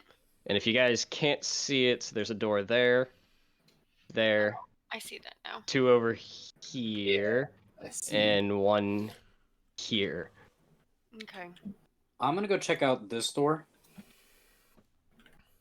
I'll check Does out it- the door next to it. I'll check out this door. Jeez. Just Scooby doing it already. Yup. Alright. Should I get this door then? Should I get this? All right, gang. So Velma's gonna go over there. No, I'll wait since we're doing like three Who gets doors. the Scooby snacks? These are answers I need. I'm gonna wait here and see if anyone's gonna need help. Okay. Okay, see the door in front of Kevin and I open. Well, Hello. that's I all know. I can see where I am at, yeah. I'm gonna walk. Yeah, I can't see what you guys see. Ooh. That's the point. I'm gonna walk very quietly in, Okay. kind of I like can see almost like like a- I'll not- wait at the entryway because I know I'm not exactly the quietest person. Yeah, it's not really so much like tiptoeing, just more so like a quieter step. I miss Feather. I'm currently just looking into mine to see what's there. I'll tell you just See, because it's... the way your beard is moving now reminds me of Armstrong from Full Metal Alchemist. Mine? Oh, Yeah. You Jade. want to talk muscles. Jade, you open the door and you essentially look into what seems to be a coat closet. On the hooks, you see several hanging black cloaks, and a top hat sits on top of the high shelf. Are the cloaks of different sizes? Varying, yeah. I'm gonna take the biggest one and the top hat. Okay. Does the longsword look remarkable at all, or is it just plain? Give me an investigation check. Ooh.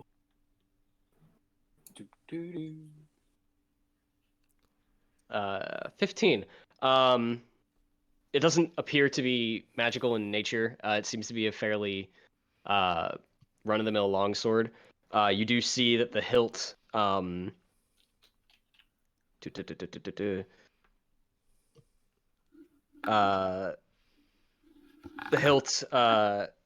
has a windmill worked into it as part of a decorative piece.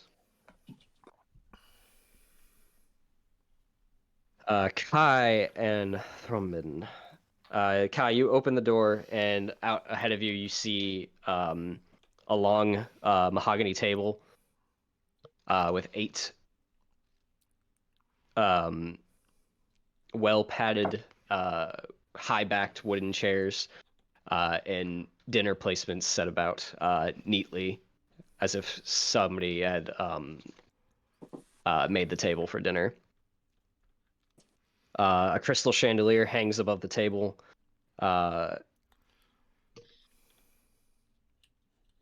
Everything, Kind of spook.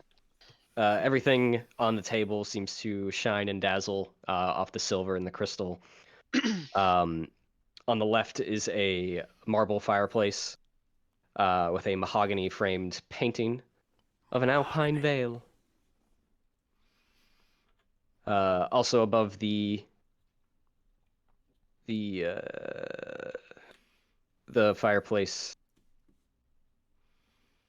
is a... Oh, no. That's somewhere else. Sorry. That's pretty much what you see. You see some windows on the other side, opposite of you. And then a different wall paneling design in here that appears to be images of deer among trees. Okay, so we had like snakes among vines out there. We got deers among trees in here.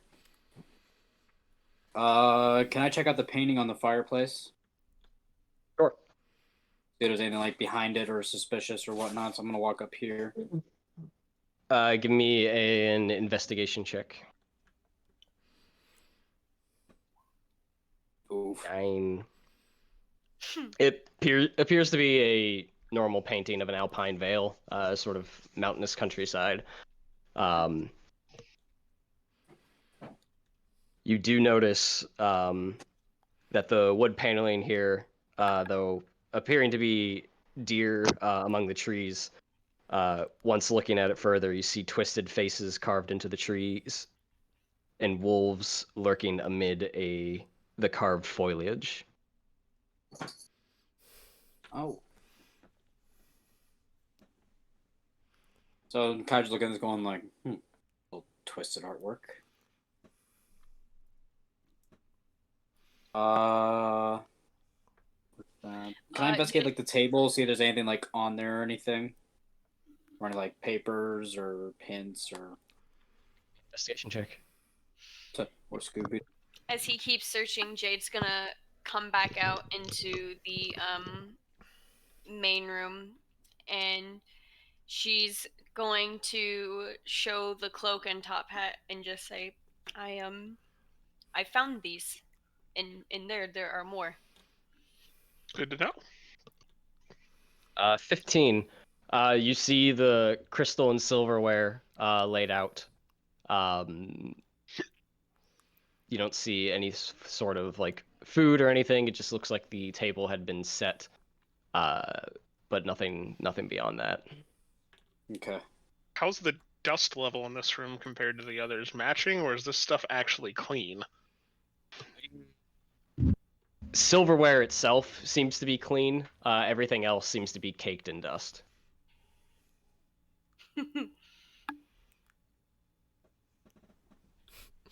Okay.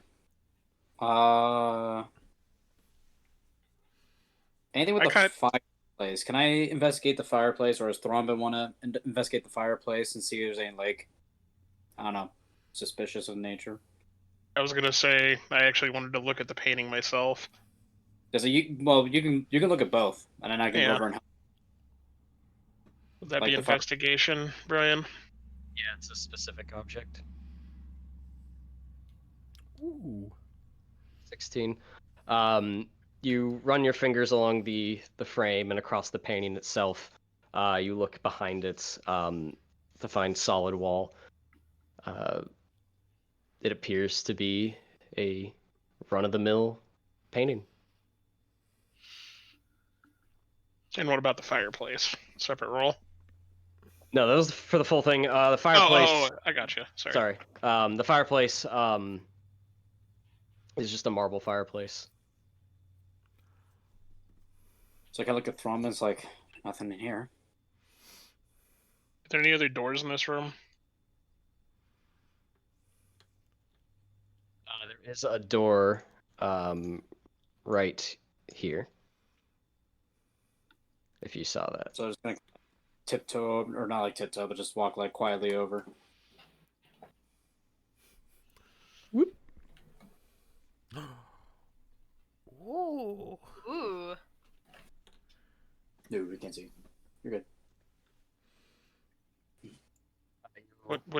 just happened. Oh, Say, he say opened up store. Zip's room.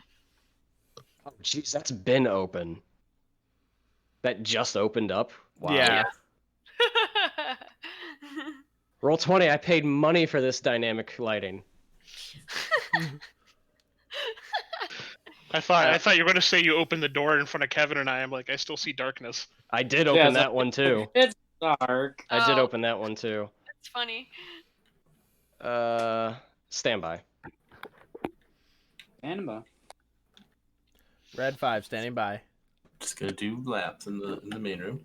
Battle bards, everybody. What do you guys think of the spoopy ambience that's happening as we're exploring? I don't even hear the music anymore. Well, I was trying to do an ad.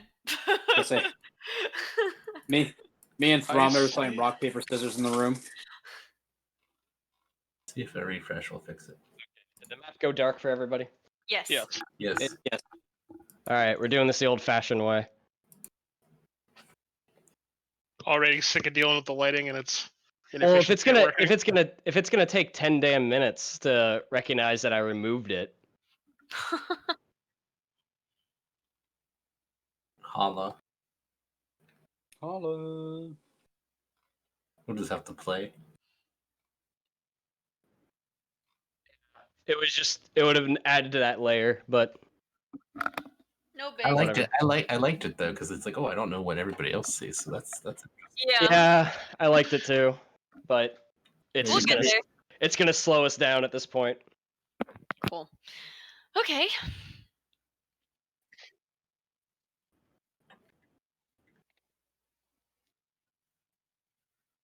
This is the room you peeked into. Our door's still closed. It's not.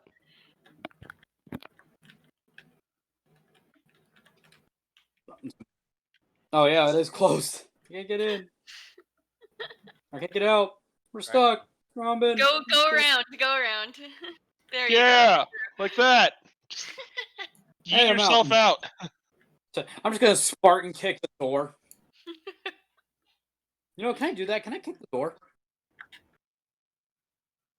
Give me a perception check. So as you walk in, you notice, let's see, 15.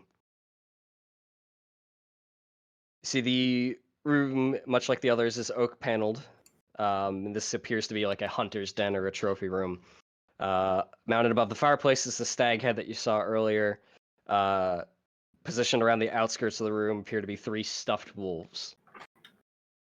There are padded chairs draped in animal furs that face the hearth, with an oak table between them supporting a cask of wine. 2 carved wooden goblets, a pipe rack, and a candelabrum. A chandelier hangs above a cloth-covered table surrounded by 4 chairs. You do see 2 cabinets standing against the wall. The east cabinet sports a lock. So one of these is locked based on what you saw. Give me 1 second.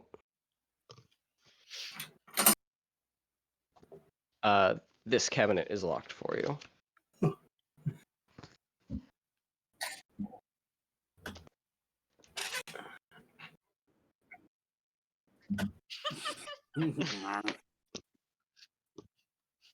Yeah, so you bite into it. Tink, tink, tink.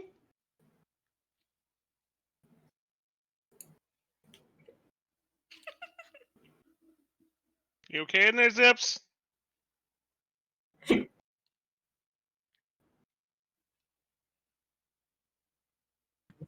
See what's Lock, behind you this door. say? Which door? Okay.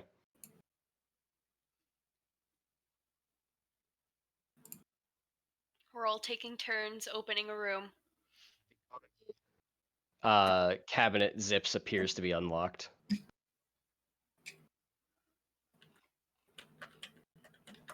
Door will not. Yeah.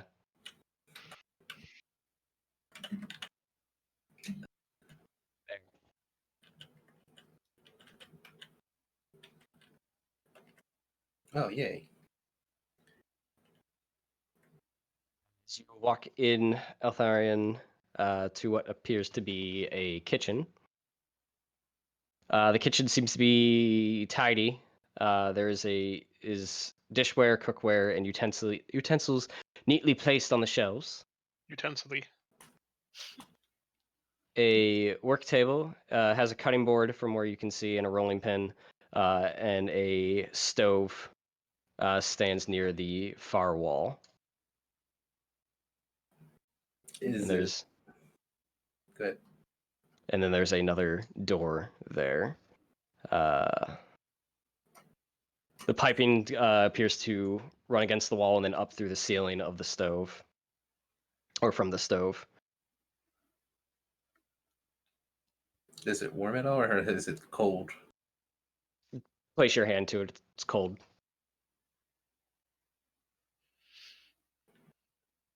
All right, just the kitchen, but another door. But best not to venture too far.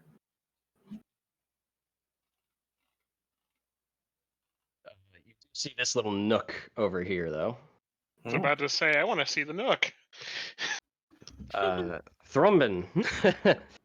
You walk over to that corner of the kitchen, and you do see, sort of like at torso height, appears to be a small wooden platform with a rope next to it and a string off to the other side. A dumbwaiter. You are correct. This is a dumbwaiter. You want to go off her, right? Wait, are you asking Zips that? Yes. Yeah, Zips goes, yeah! Hop on in.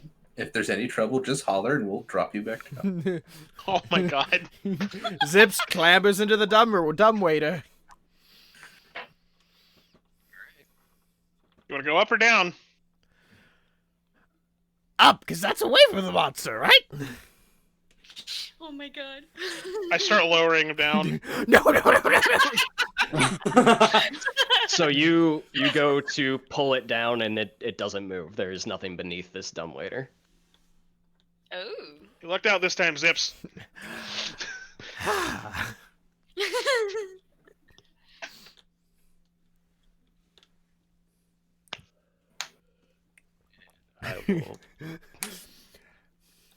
I wonder if Brian planned traverse between floors via dumbwaiter. Wouldn't you like to know? Boo. So Zips. Let's see here. Come to now you got me jumping all over the place. Sorry. Yeah. Success. We finally circumvented some rooms. Maybe.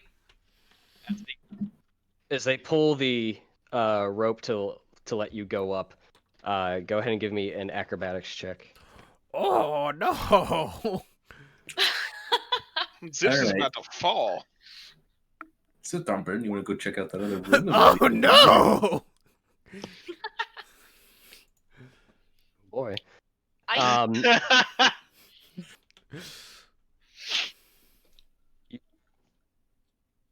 The dumbwaiter begins to lift up, supporting your weight initially, but as you get about halfway up, you hear it creaking, and the rope, you start hearing the fray. You actually catch yourself against the wall real quick and almost like Spider-Man hold yourself as the dumbwaiter sort of like halts, but you feel yourself slipping until you lose your grip and you come crashing back down. Ooh, that's not good. Do you have a chance to catch him?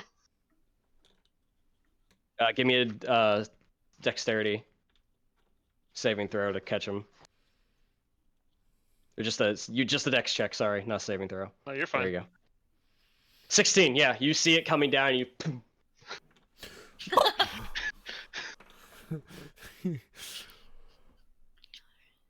You okay, Zips? I just saw my very short life flash before my eyes. Sit him down back in the room. Figure, I'm the one who sent you up there, so, may as well save you. Thank you. I don't know what I would have done if I haven't lived to see my 9th birthday. Well, I'd be dead. I'm going to check the far door, go across the room, and try to check this door as they save Zips. It's not they, it's just that he's. It's like, damn it, the goblin still lives. No, not really. Just it's a one-person in the hallway. He couldn't do. Yeah, that's fair. Open the door, and it appears to be a fairly well-stocked pantry filled with breads, apples, grapes, potatoes, Fresh wine. It appears to be fresh. Fresh food. So some rooms are better kept than others. I'm not a person who builds buildings. But there doesn't seem to be a basement here.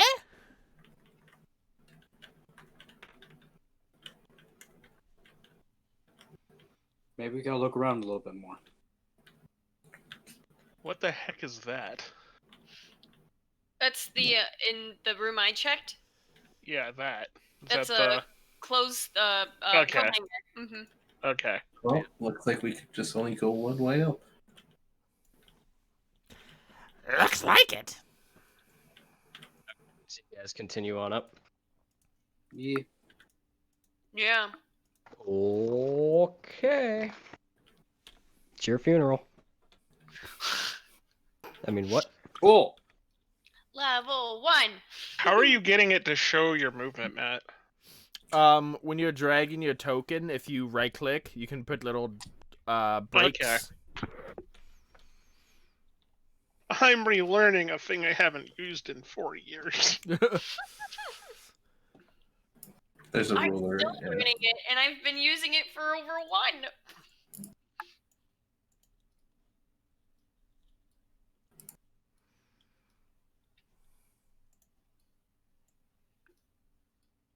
You guys climb the spiraling staircase up to the 2nd floor. You arrive in the upper hall. As you come to the landing, as you can see, as you get to this floor, the stairs continue on upwards another floor as well, from what you can tell. Looks like we need but resize. why can't you resize yourselves? That's so weird.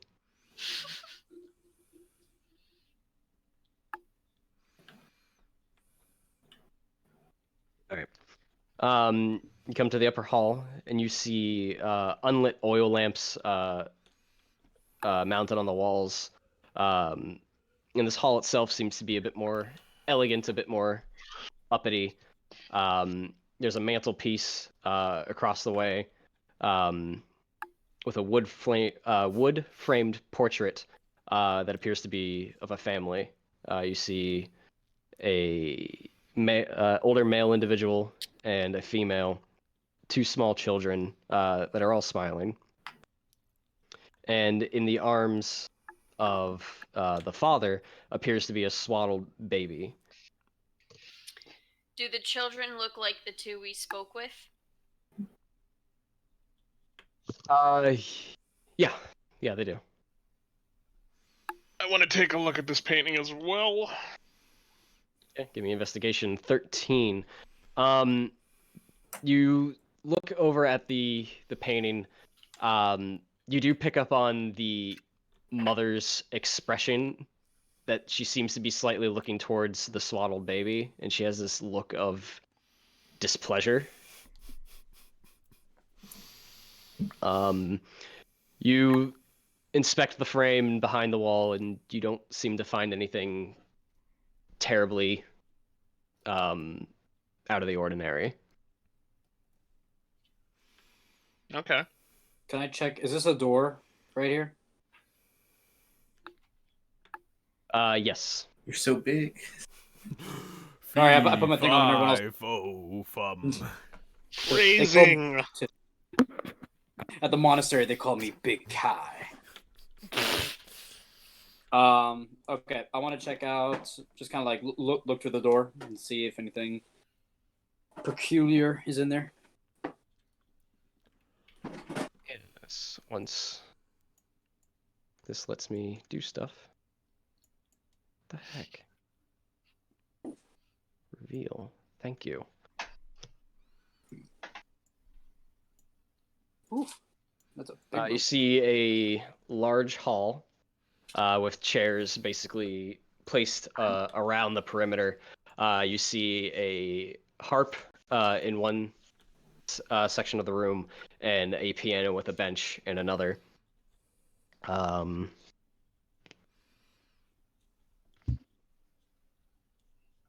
I'm gonna look and yell back. Do I have any music lovers back there?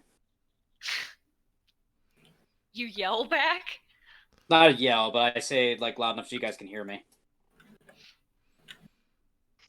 You just notice that the windows across the way in this room are stained glass, and that they depict beautiful men, women, and children singing and playing instruments. But what do they really depict? Let can me I- through. Let Yeah, me through. Can I walk in that room? If you want to. Yeah. Well, I was making sure because it was locked. I didn't say I was walking in. I was checking out. Okay, so I'm gonna walk in. I'm gonna look at. Can I look at the stained glass windows and see if there's any like potential musical notes or anything for like the piano or harp or anything like depicting on the windows? Investigation check. Hey. 20. Nice. You look over the stained glass, and you see artistically about some notes placed around the glass of each scene. Okay, and so I'm gonna look at each of the notes on the stained glass window, and then I'm gonna go to the piano and play those notes. Give me a performance check. I don't think I've ever done that one before. Not bad. 14. You go over to the piano, and it takes you a bit to find the keys. You press them each at one time, and you hear the piano seems to be a bit out of tune, but the notes do play. And the notes sort of echo throughout the room. Nothing seems to happen. Gonna look around. That was worth a try. I'm gonna try. Can I try those same things on the harp? Are you proficient in harp? No. Does Kai get musical training? Would he know where to find these notes? No, not on the harp. No. Okay. I mean, you could certainly try, but I'll probably give you a disadvantage because this isn't an instrument you are very familiar with. Yeah, I mean, why not? Let's get maybe he finds out here is naturally gifted. That's very true. Give me a performance check at disadvantage on the harp if you wish to do that. Okay. Whoops. I accidentally did normal. All right. So that's fine. Just rolled again. Okay. I already saw disadvantage at the top. Let's switch back to normal. Okay. One more roll. Perform. Oh! I'm a fucking Mozart. 16. You find the chords you're looking for, and you play them each. A bit more whimsical on the harp than it was the piano, as the strings vibrate in the air. Nothing seems to happen. Kind of looks like, well, a bit more gifted at music than I thought. I'm gonna open this door. And I'm gonna be right behind him. I gotta do this, do that, reveal areas. Bada bing, bada boom. Gonna leave this room. Oh. Oh. Hello.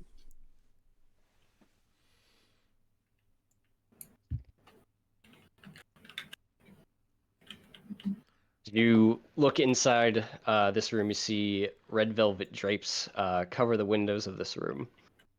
You see an exquisite mahogany desk and a matching high-back chair face the entrance, and a fireplace that flanks it. Do you walk in any further? Well, I would if the door would let me. For what it's worth, you guys can still pick yourselves up and place yourselves places. They won't let us pass that barrier. Yeah. Oh, no, well. Oh, some. Hey, Oh, I now got I some. see it. It's so weird. That barrier's not anywhere in front of you. Maybe it lagged. Yeah, I think it lagged because I went right in, but I'm not trying to go in there. So I was just. Oh, Okay, yeah. Now let's go back to this. oh, oh. Kai just comes up, Spartan kicks the door. It's like that's how you do it. Fix it. Hey, guys! I found a way to clip through the wall. Well, since Zig's already in there first. Yeah, I'll give this room the Zig shakedown, and we'll see what turns up. You see the fireplace off to the left. Above it hangs a framed picture of a windmill perched atop a rocky crag. Situated in corners of the room are two overstuffed chairs, and floor-to-ceiling bookshelves line the south wall. A rolling wooden ladder allows one to more easily reach the high shelves.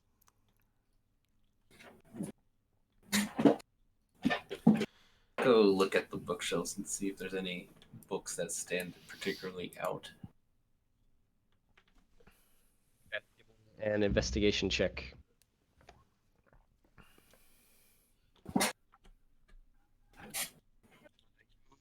Walk up and down the bookshelves and looking for any things that are notable or somewhat peculiar. You come across several like leather-bound books with the titles written across their spines, or their author or a volume number or something to that effect. And it takes you a bit, but you eventually find a book where its spine is blank and it's draped in red leather. I'm gonna pull that one out.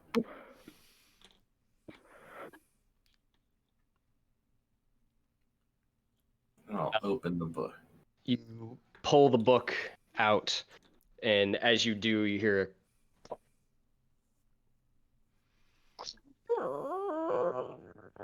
as the bookcase slowly moves to reveal. Let me do it, Roll20. Come on. Come on, Roll20. I believe in you. Roll 20. Roll 20. Oh. Secret passage behind. I'm gonna walk to this door and say, I found something. As you walk I'm to gonna Spartan kick through that door. as you walk back to the door to tell him you find something, you hear the door that you open start closing. I'm gonna pull the book again.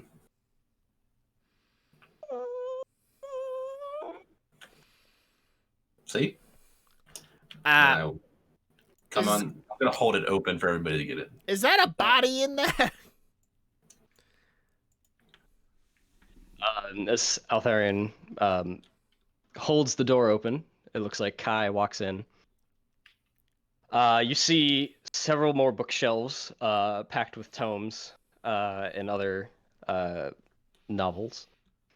You do see a chest in the far side of the wall that appears to have a skeletal form like half in it, as the chest appears to be propped open. As a player, I think I know what that is. I'm not. No. No. No. No. No chests with skeletons. We don't touch those.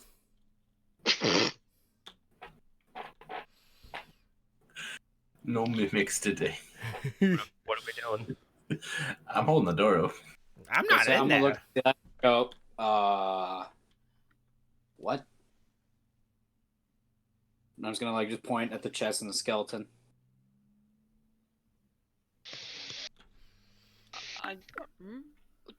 Do you want it opened? Can I go inspect the skeleton?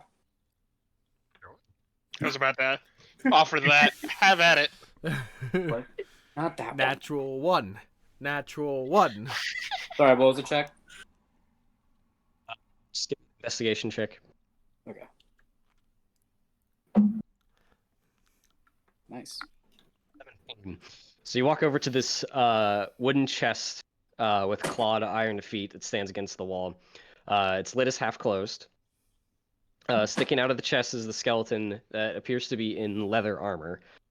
You look over the skeleton, and based on what you would know as a monk, the anatomy of humanoids, this one appears to have been human.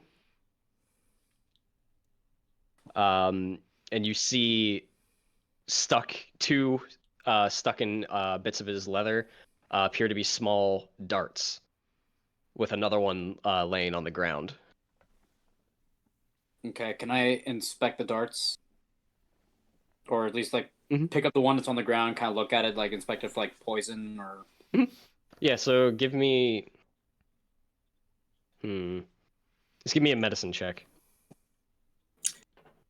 Oh, but I'm proficient in that. I mean, we should give Jade that armor. Since Jade just has her clothes. So you can't ascertain what kind of poison, but being in the line of work that you are, you pretty much know that this was probably a poison dart trap. If you look off to the right, based on your investigation, you see some small holes in the wall that seem to have been where the darts came from. But at this point, it doesn't seem to be functional anymore. It's probably a one-time use thing. So it appears like we walked into what was once a trap. You also notice, now that you've looked over the armor and the darts and the skeleton itself, that the left in the skeletal hand appears to be a scroll or a letter of some sort. I'm gonna go take the scroll. You grab it. All right, and I'm gonna open it and see what it says. All right, you open it, and it's legible. It's written in common. Do you read this to yourself or out loud? Is anyone still by me? Yeah. I am. Okay, so I'm gonna turn around and I'm just gonna read out from the scroll. Just quiet enough so they can hear. You open up the letter and you read, "My most pathetic servant. I am not a messiah sent to you by the dark powers of this land. I have not come to lead you on a path to immortality. However many souls you have bled on your hidden altar, however many visitors you have tortured in your dungeon, know that you are not the ones who brought me to this beautiful land. You are but worms writhing in my earth. You may say that you are cursed, your fortune spent. You abandoned love for madness, took solace in the bosom of another woman, and sired a stillborn son.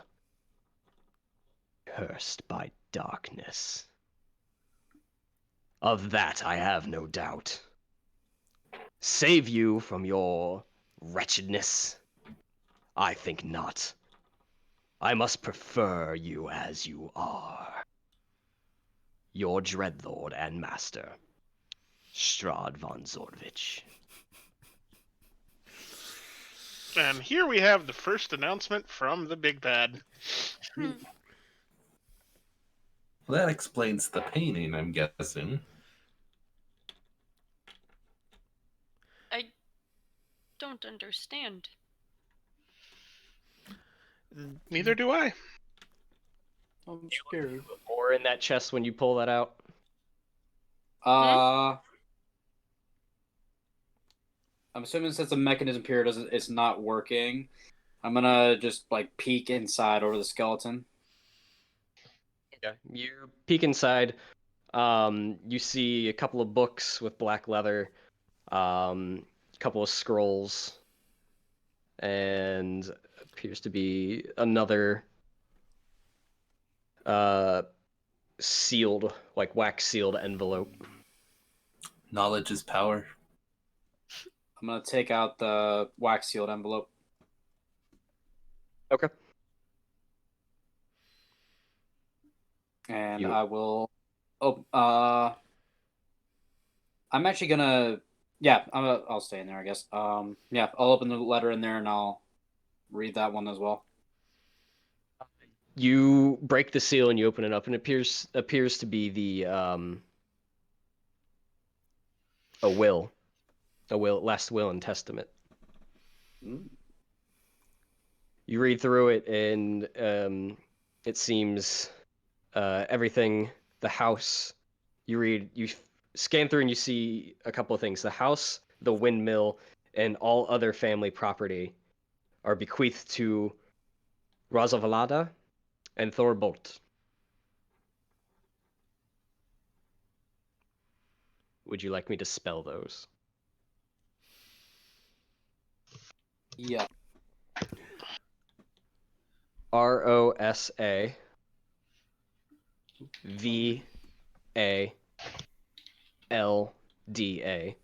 Rosa Valda, and Thornbolt, Thornboldt.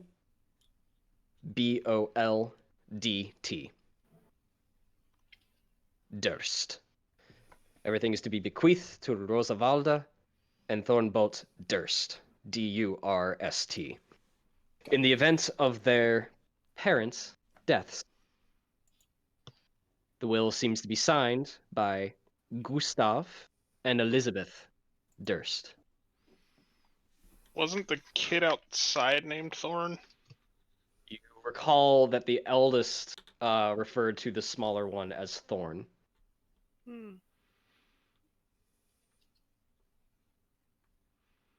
Okay, so I'm gonna store away that will and the scroll. I'm gonna turn back and be. Well, we found out that information here. Anything else you guys want to look at in that chest? What else was in there? Some random books and some scrolls. Why don't we take a look and go through those? You can have at it. I will move out of the way at this Yeah, rate. I'll Walk out. yeah, I'll step Okay. back. I'll switch and hold the door for Eltharion. Alright, I'll grab the rest of the stuff and bring it out to the table for everyone. All right, so you basically empty the contents of the chest back out on the table. Mm-hmm. You find 3 blank books that are wrapped in black leather. Okay, these are blank. Throws it on the table. Okay. Then you come out with 3 scrolls, spell scrolls. Oh, nice. You look through them real quick, and you can ascertain that they are Bless, Protection from Poison, and Spiritual Weapon. Ooh. Alright, who should get what scroll? How does 5e work with casting from a scroll? It's one-time use. I know that. I'm saying restriction of ability to do so. Oh. Generally speaking, it has to be a spell you could cast in your class to begin with. I thought scrolls were like the ability to not do that. That's because the magic's imbued in the scroll. Yeah, but if you don't have any kind of magical training, you're not going to be able to. That's more what I'm asking. Like in. Let me pull up PHB real quick. A spell scroll bears the words of a single spell written in a mythical cipher. If the spell is on your class's spell list, you can read the scroll and cast its spell without providing any material components. Otherwise, the scroll is unintelligible. Let me go check my spell list real quick. I know I have no definitely should be able spells. to. Yeah. So that's partially on me because I don't know the spell list like the back of my hand. I don't know which spells each class gets. I So mean, there's a good chance you pull these scrolls out bless, and no one can protection read from them. poison. I feel like I a get- cleric can cast I all get- those. Yeah. I got bless as well. Let's see, I have bless. I have. He said bless, protection of poison, and Spiritual weapon. spiritual weapon. Clerics get spiritual weapon. Yep, I know that 100% for sure. That's a fun one. Mm-hmm. Protection from poison, I feel like a ranger might know, but I don't. A ranger I don't- might know, but technically, since I'm level 1, I don't have access to spellcasting yet. Oh, that's right. So I guess I'll take them. Let me look at the cleric. Yeah, so I have bless, so that's the only one I can cast. I don't But get you can't cast spellcasting it until all level yet, 2. right? Well, as long as it's in your spell list, It's in my list, so I can yeah, eventually. then you can read it. It's not. It doesn't cap you at like if you can learn it already. If it's in your list, you can do it. Well, I was interpreting it as the way that rangers and paladins are both offcasters. They can't immediately cast spells to begin with. Like that's Right. a class feature unlocked at a later level. Right. I will rule it that if you do not have the ability currently to cast a single spell, so until you learn how to cast spells, you probably can't read these. Okay. But if That's you what I was can trying to cast figure out. if you can cast a spell at level 1 and these are in your spell list, regardless of your level, you can use it. Make sense? Yeah. Yeah. All right. So I could cast all 3. Yeah, you could. The other things you pull out appear to be the deed to the house, the deed to a windmill. Oh, I do have protection from poison as well. Yeah, all 3 of you do. I looked at that one up. Ranger, Paladin, and Cleric. I don't think I have. The only one I don't have is spirit weapon. So that is everything that's the contents of the chest. All right. Well, why don't Kai? Why don't you hold on to the rest of this stuff with the will? Okay. So I'll take in sort of stuff with the will I pulled out. Yeah. And then. I'll throw the scrolls in my bag for now. Okay. Give them out, assumingly ding to you guys, other than the spiritual weapon. But for now, just in case, I'll keep them on hand.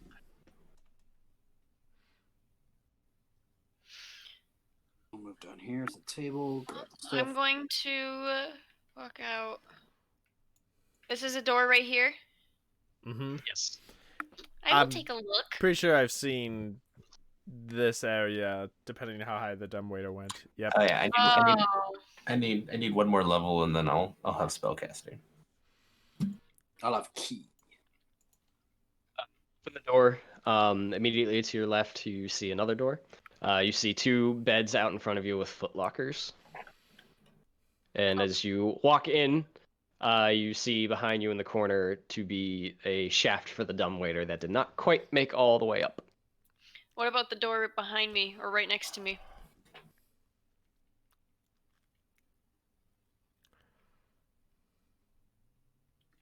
You open it, it appears to just be a closet that has what looks to be like uniforms hung across the wall. Almost like servants' uniforms. Servants' quarters. Okay. Why don't we check the footlockers?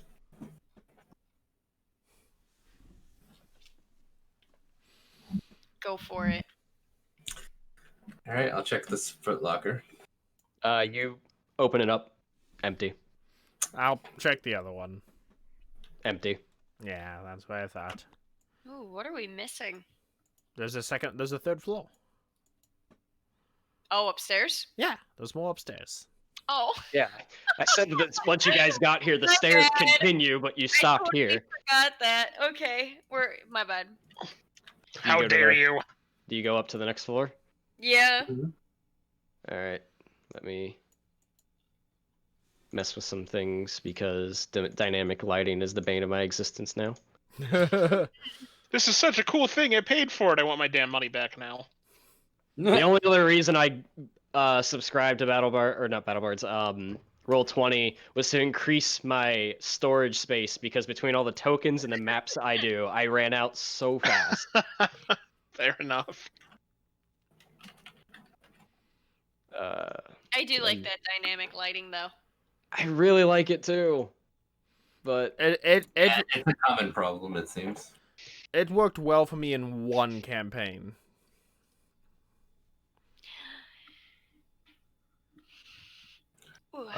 This forum says, please send me a join link and I'll come take a look. It says, okay, I notice that you're using freehand drawings on your DL layer. This is almost certainly causes the lag. You should only use polygon lines on the DL layer. that's all I use. It's polygon. Oh, well. I will resize all of you. I guess the fog of war enabled also causes issues. Fog of War was disabled.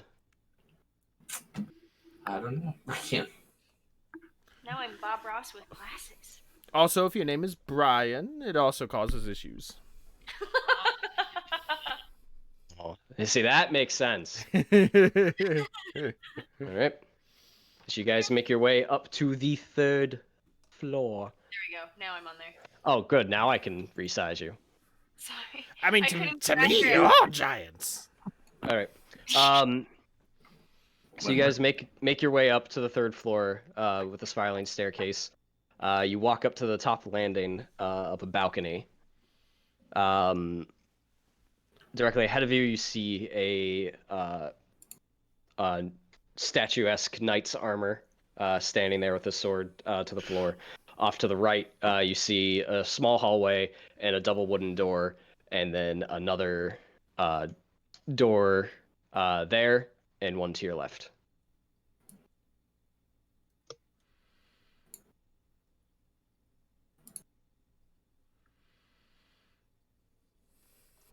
Well, it's been a while since I've opened a door, so I'm gonna go ahead and open this door. Too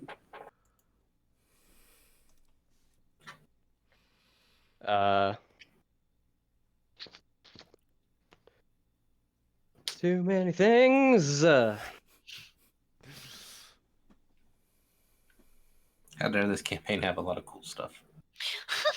So you walk over to the door, and as you get over to it, your companions behind you start moving around and claiming space of the balcony.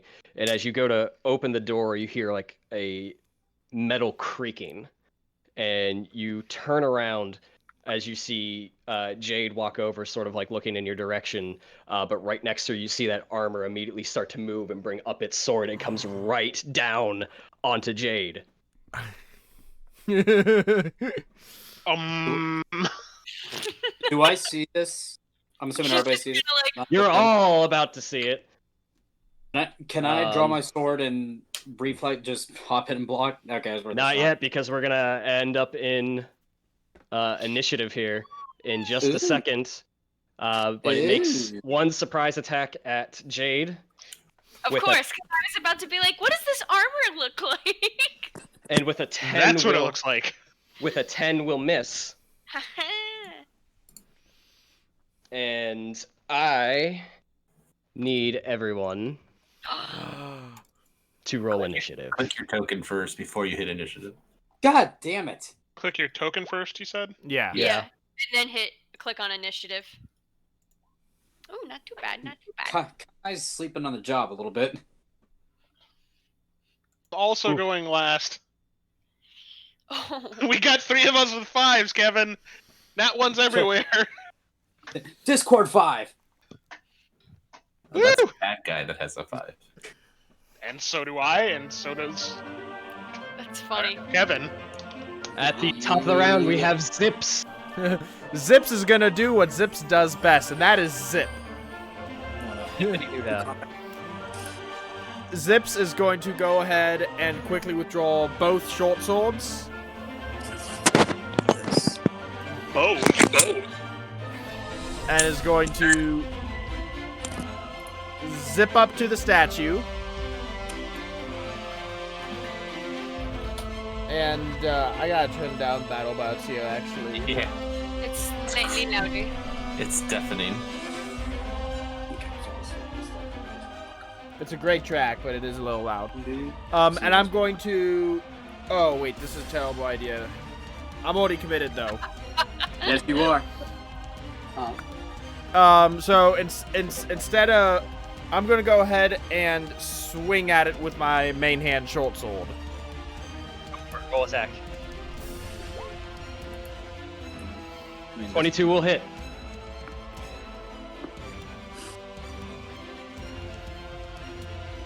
You bring down your main sword and you crash into its armor. It sort of steps back a bit and brings up its sword again. Yeah.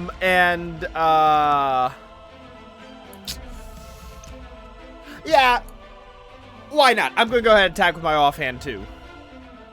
All right, go ahead and give me a bonus action offhand. 25 will hit. Damn. 5. Damn! I just go... Yeah, the rest of you see this little goblin sprint up to this animated armor, and it's just like essentially attacking its ankles. It's like... that'll end Zip's turn. Eltharion. Oh, yeah, ham. Okay. Alright, so... I'll pull my sword and shield out.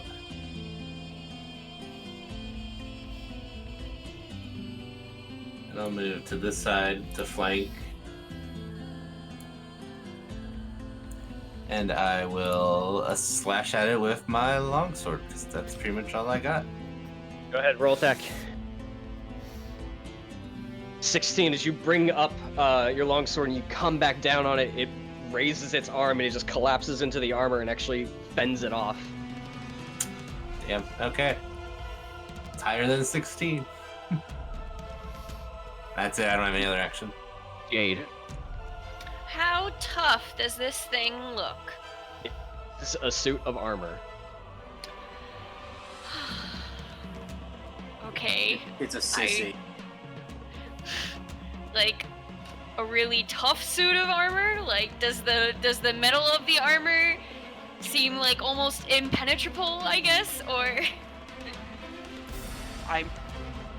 I wouldn't say impenetrable. It's a normal suit of armor from your perspective, though it seems to move on its own. You just saw... On a scale of 1 to 45, it's looking like a good 38. Alright, fine, whatever.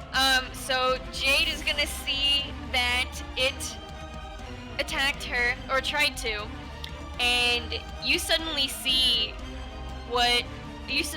this person who was normally quiet up to this whole point. Her face just curls into anger and a snarl, and she starts to rage. And she's going to then take her glaive and attack. Oh, shit. Go ahead and roll your attack as rage. Balls.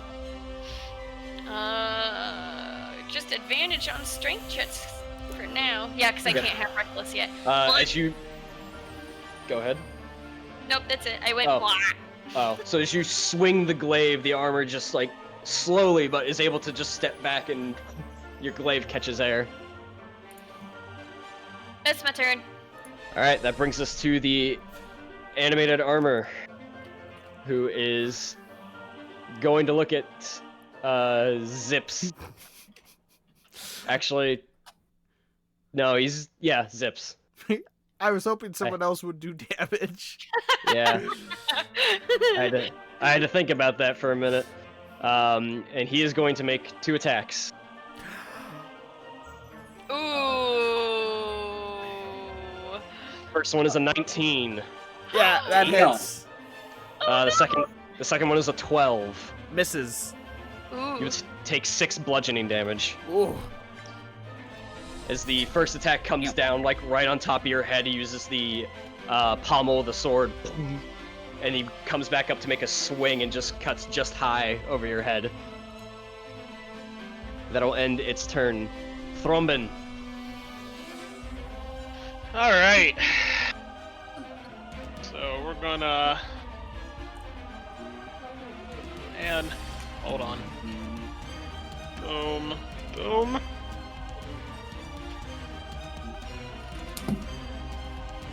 Take the whip out. And so it's an animated suit of armor, right? I'm gonna see if I can pull its leg out from it.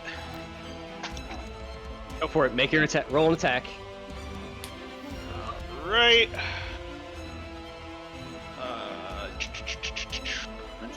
I'm learning. Hold on. I'm learning. Nope. Oh Oof. Pull the whip out and you fling it down towards the leg of the armor. You hear it crack as it comes right to the tip of his foot, and he actually brings his foot down right on top of it and keeps it in place, holding your whip. As you two sort of like just tense the whip there. You doing a Castlevania thing here and not doing so well. Just wait till the in-person games, guys. Roll20 has historically hated me more than anything physical die ever has. That's because you can put them in die jail. That's true.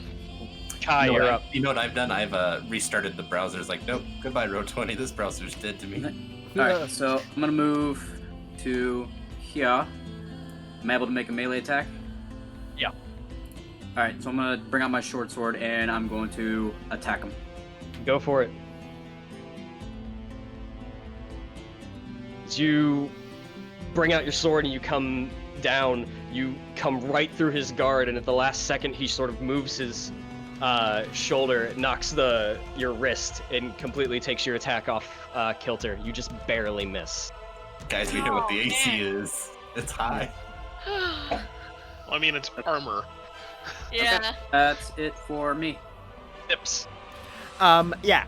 Zips don't want to be here no more, so Zips is gonna use his bonus action to disengage and run back up against the wall here. I thought you were a ranger. Goblins are able to hide and disengage as bonus actions. Gotcha. Okay. Haven't had too many goblin players. Yep, it's called Nimble Escape. Gotcha. It's the annoying thing in Baldur's Gate. I'm gonna go ahead and then decide to pull out what I should have done from the beginning is my short bow. And I'm gonna punch my mic.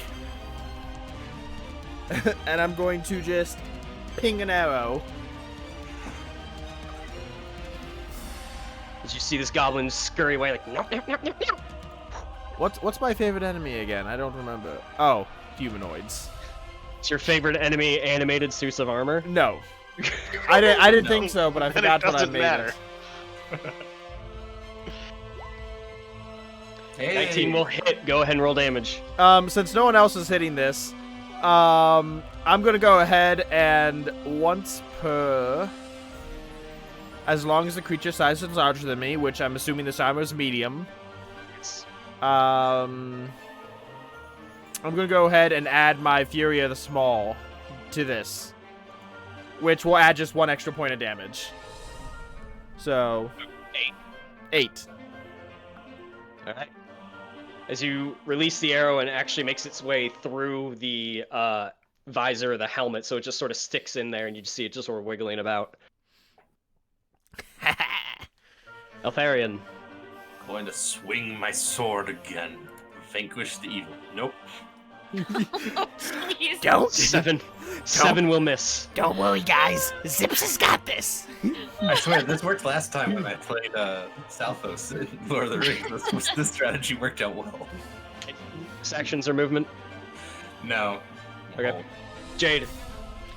I am also gonna swing because I am just totally mad at this thing for trying to attack me, and it triggered some things, some good time arena things. Where's my glaive? There it is. Son of a freaking! Yes, as he brings down his sword and parries it away. That's that. That brings us to the suit of armor, who's going to make 2 attacks at Eltharion, but as he does, he turns to face him and lifts his foot off the whip.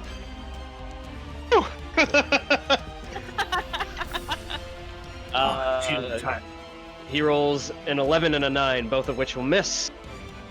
Block it with the shield. Thrombin.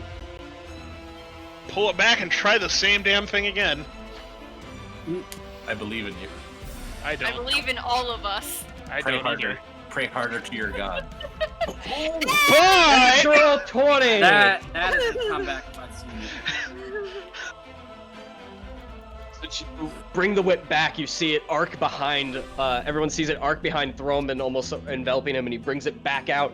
The whip comes to the ankle, wraps it around here, that resounding as it sort of becomes taunt, and he grabs onto it and he yanks it back and doesn't budge. Roll damage.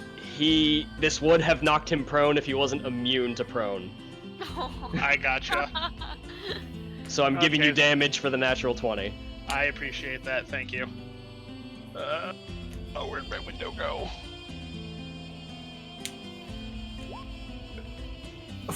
And then... So 12? Slashing? Because whips are weird. Ne- So you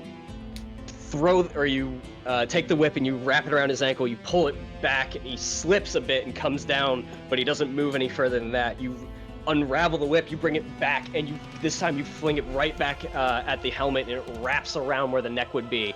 And you hear that collapse in on itself, and you pull it right back out, and the helmet goes flying across the room, tinging across the walls and the floor.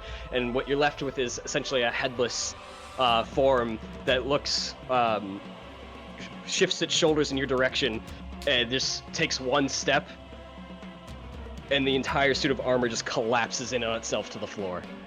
Nice. Whew. I was gonna say, if that thing still came at us, I'd be like, guys, I've seen this before. We gotta find his blood seal. Yeah. I was Alright. thinking that too. That was riveting. He had 11 hit points left. And you Wow. got 12. Wow. Just right over. Nice. Alright.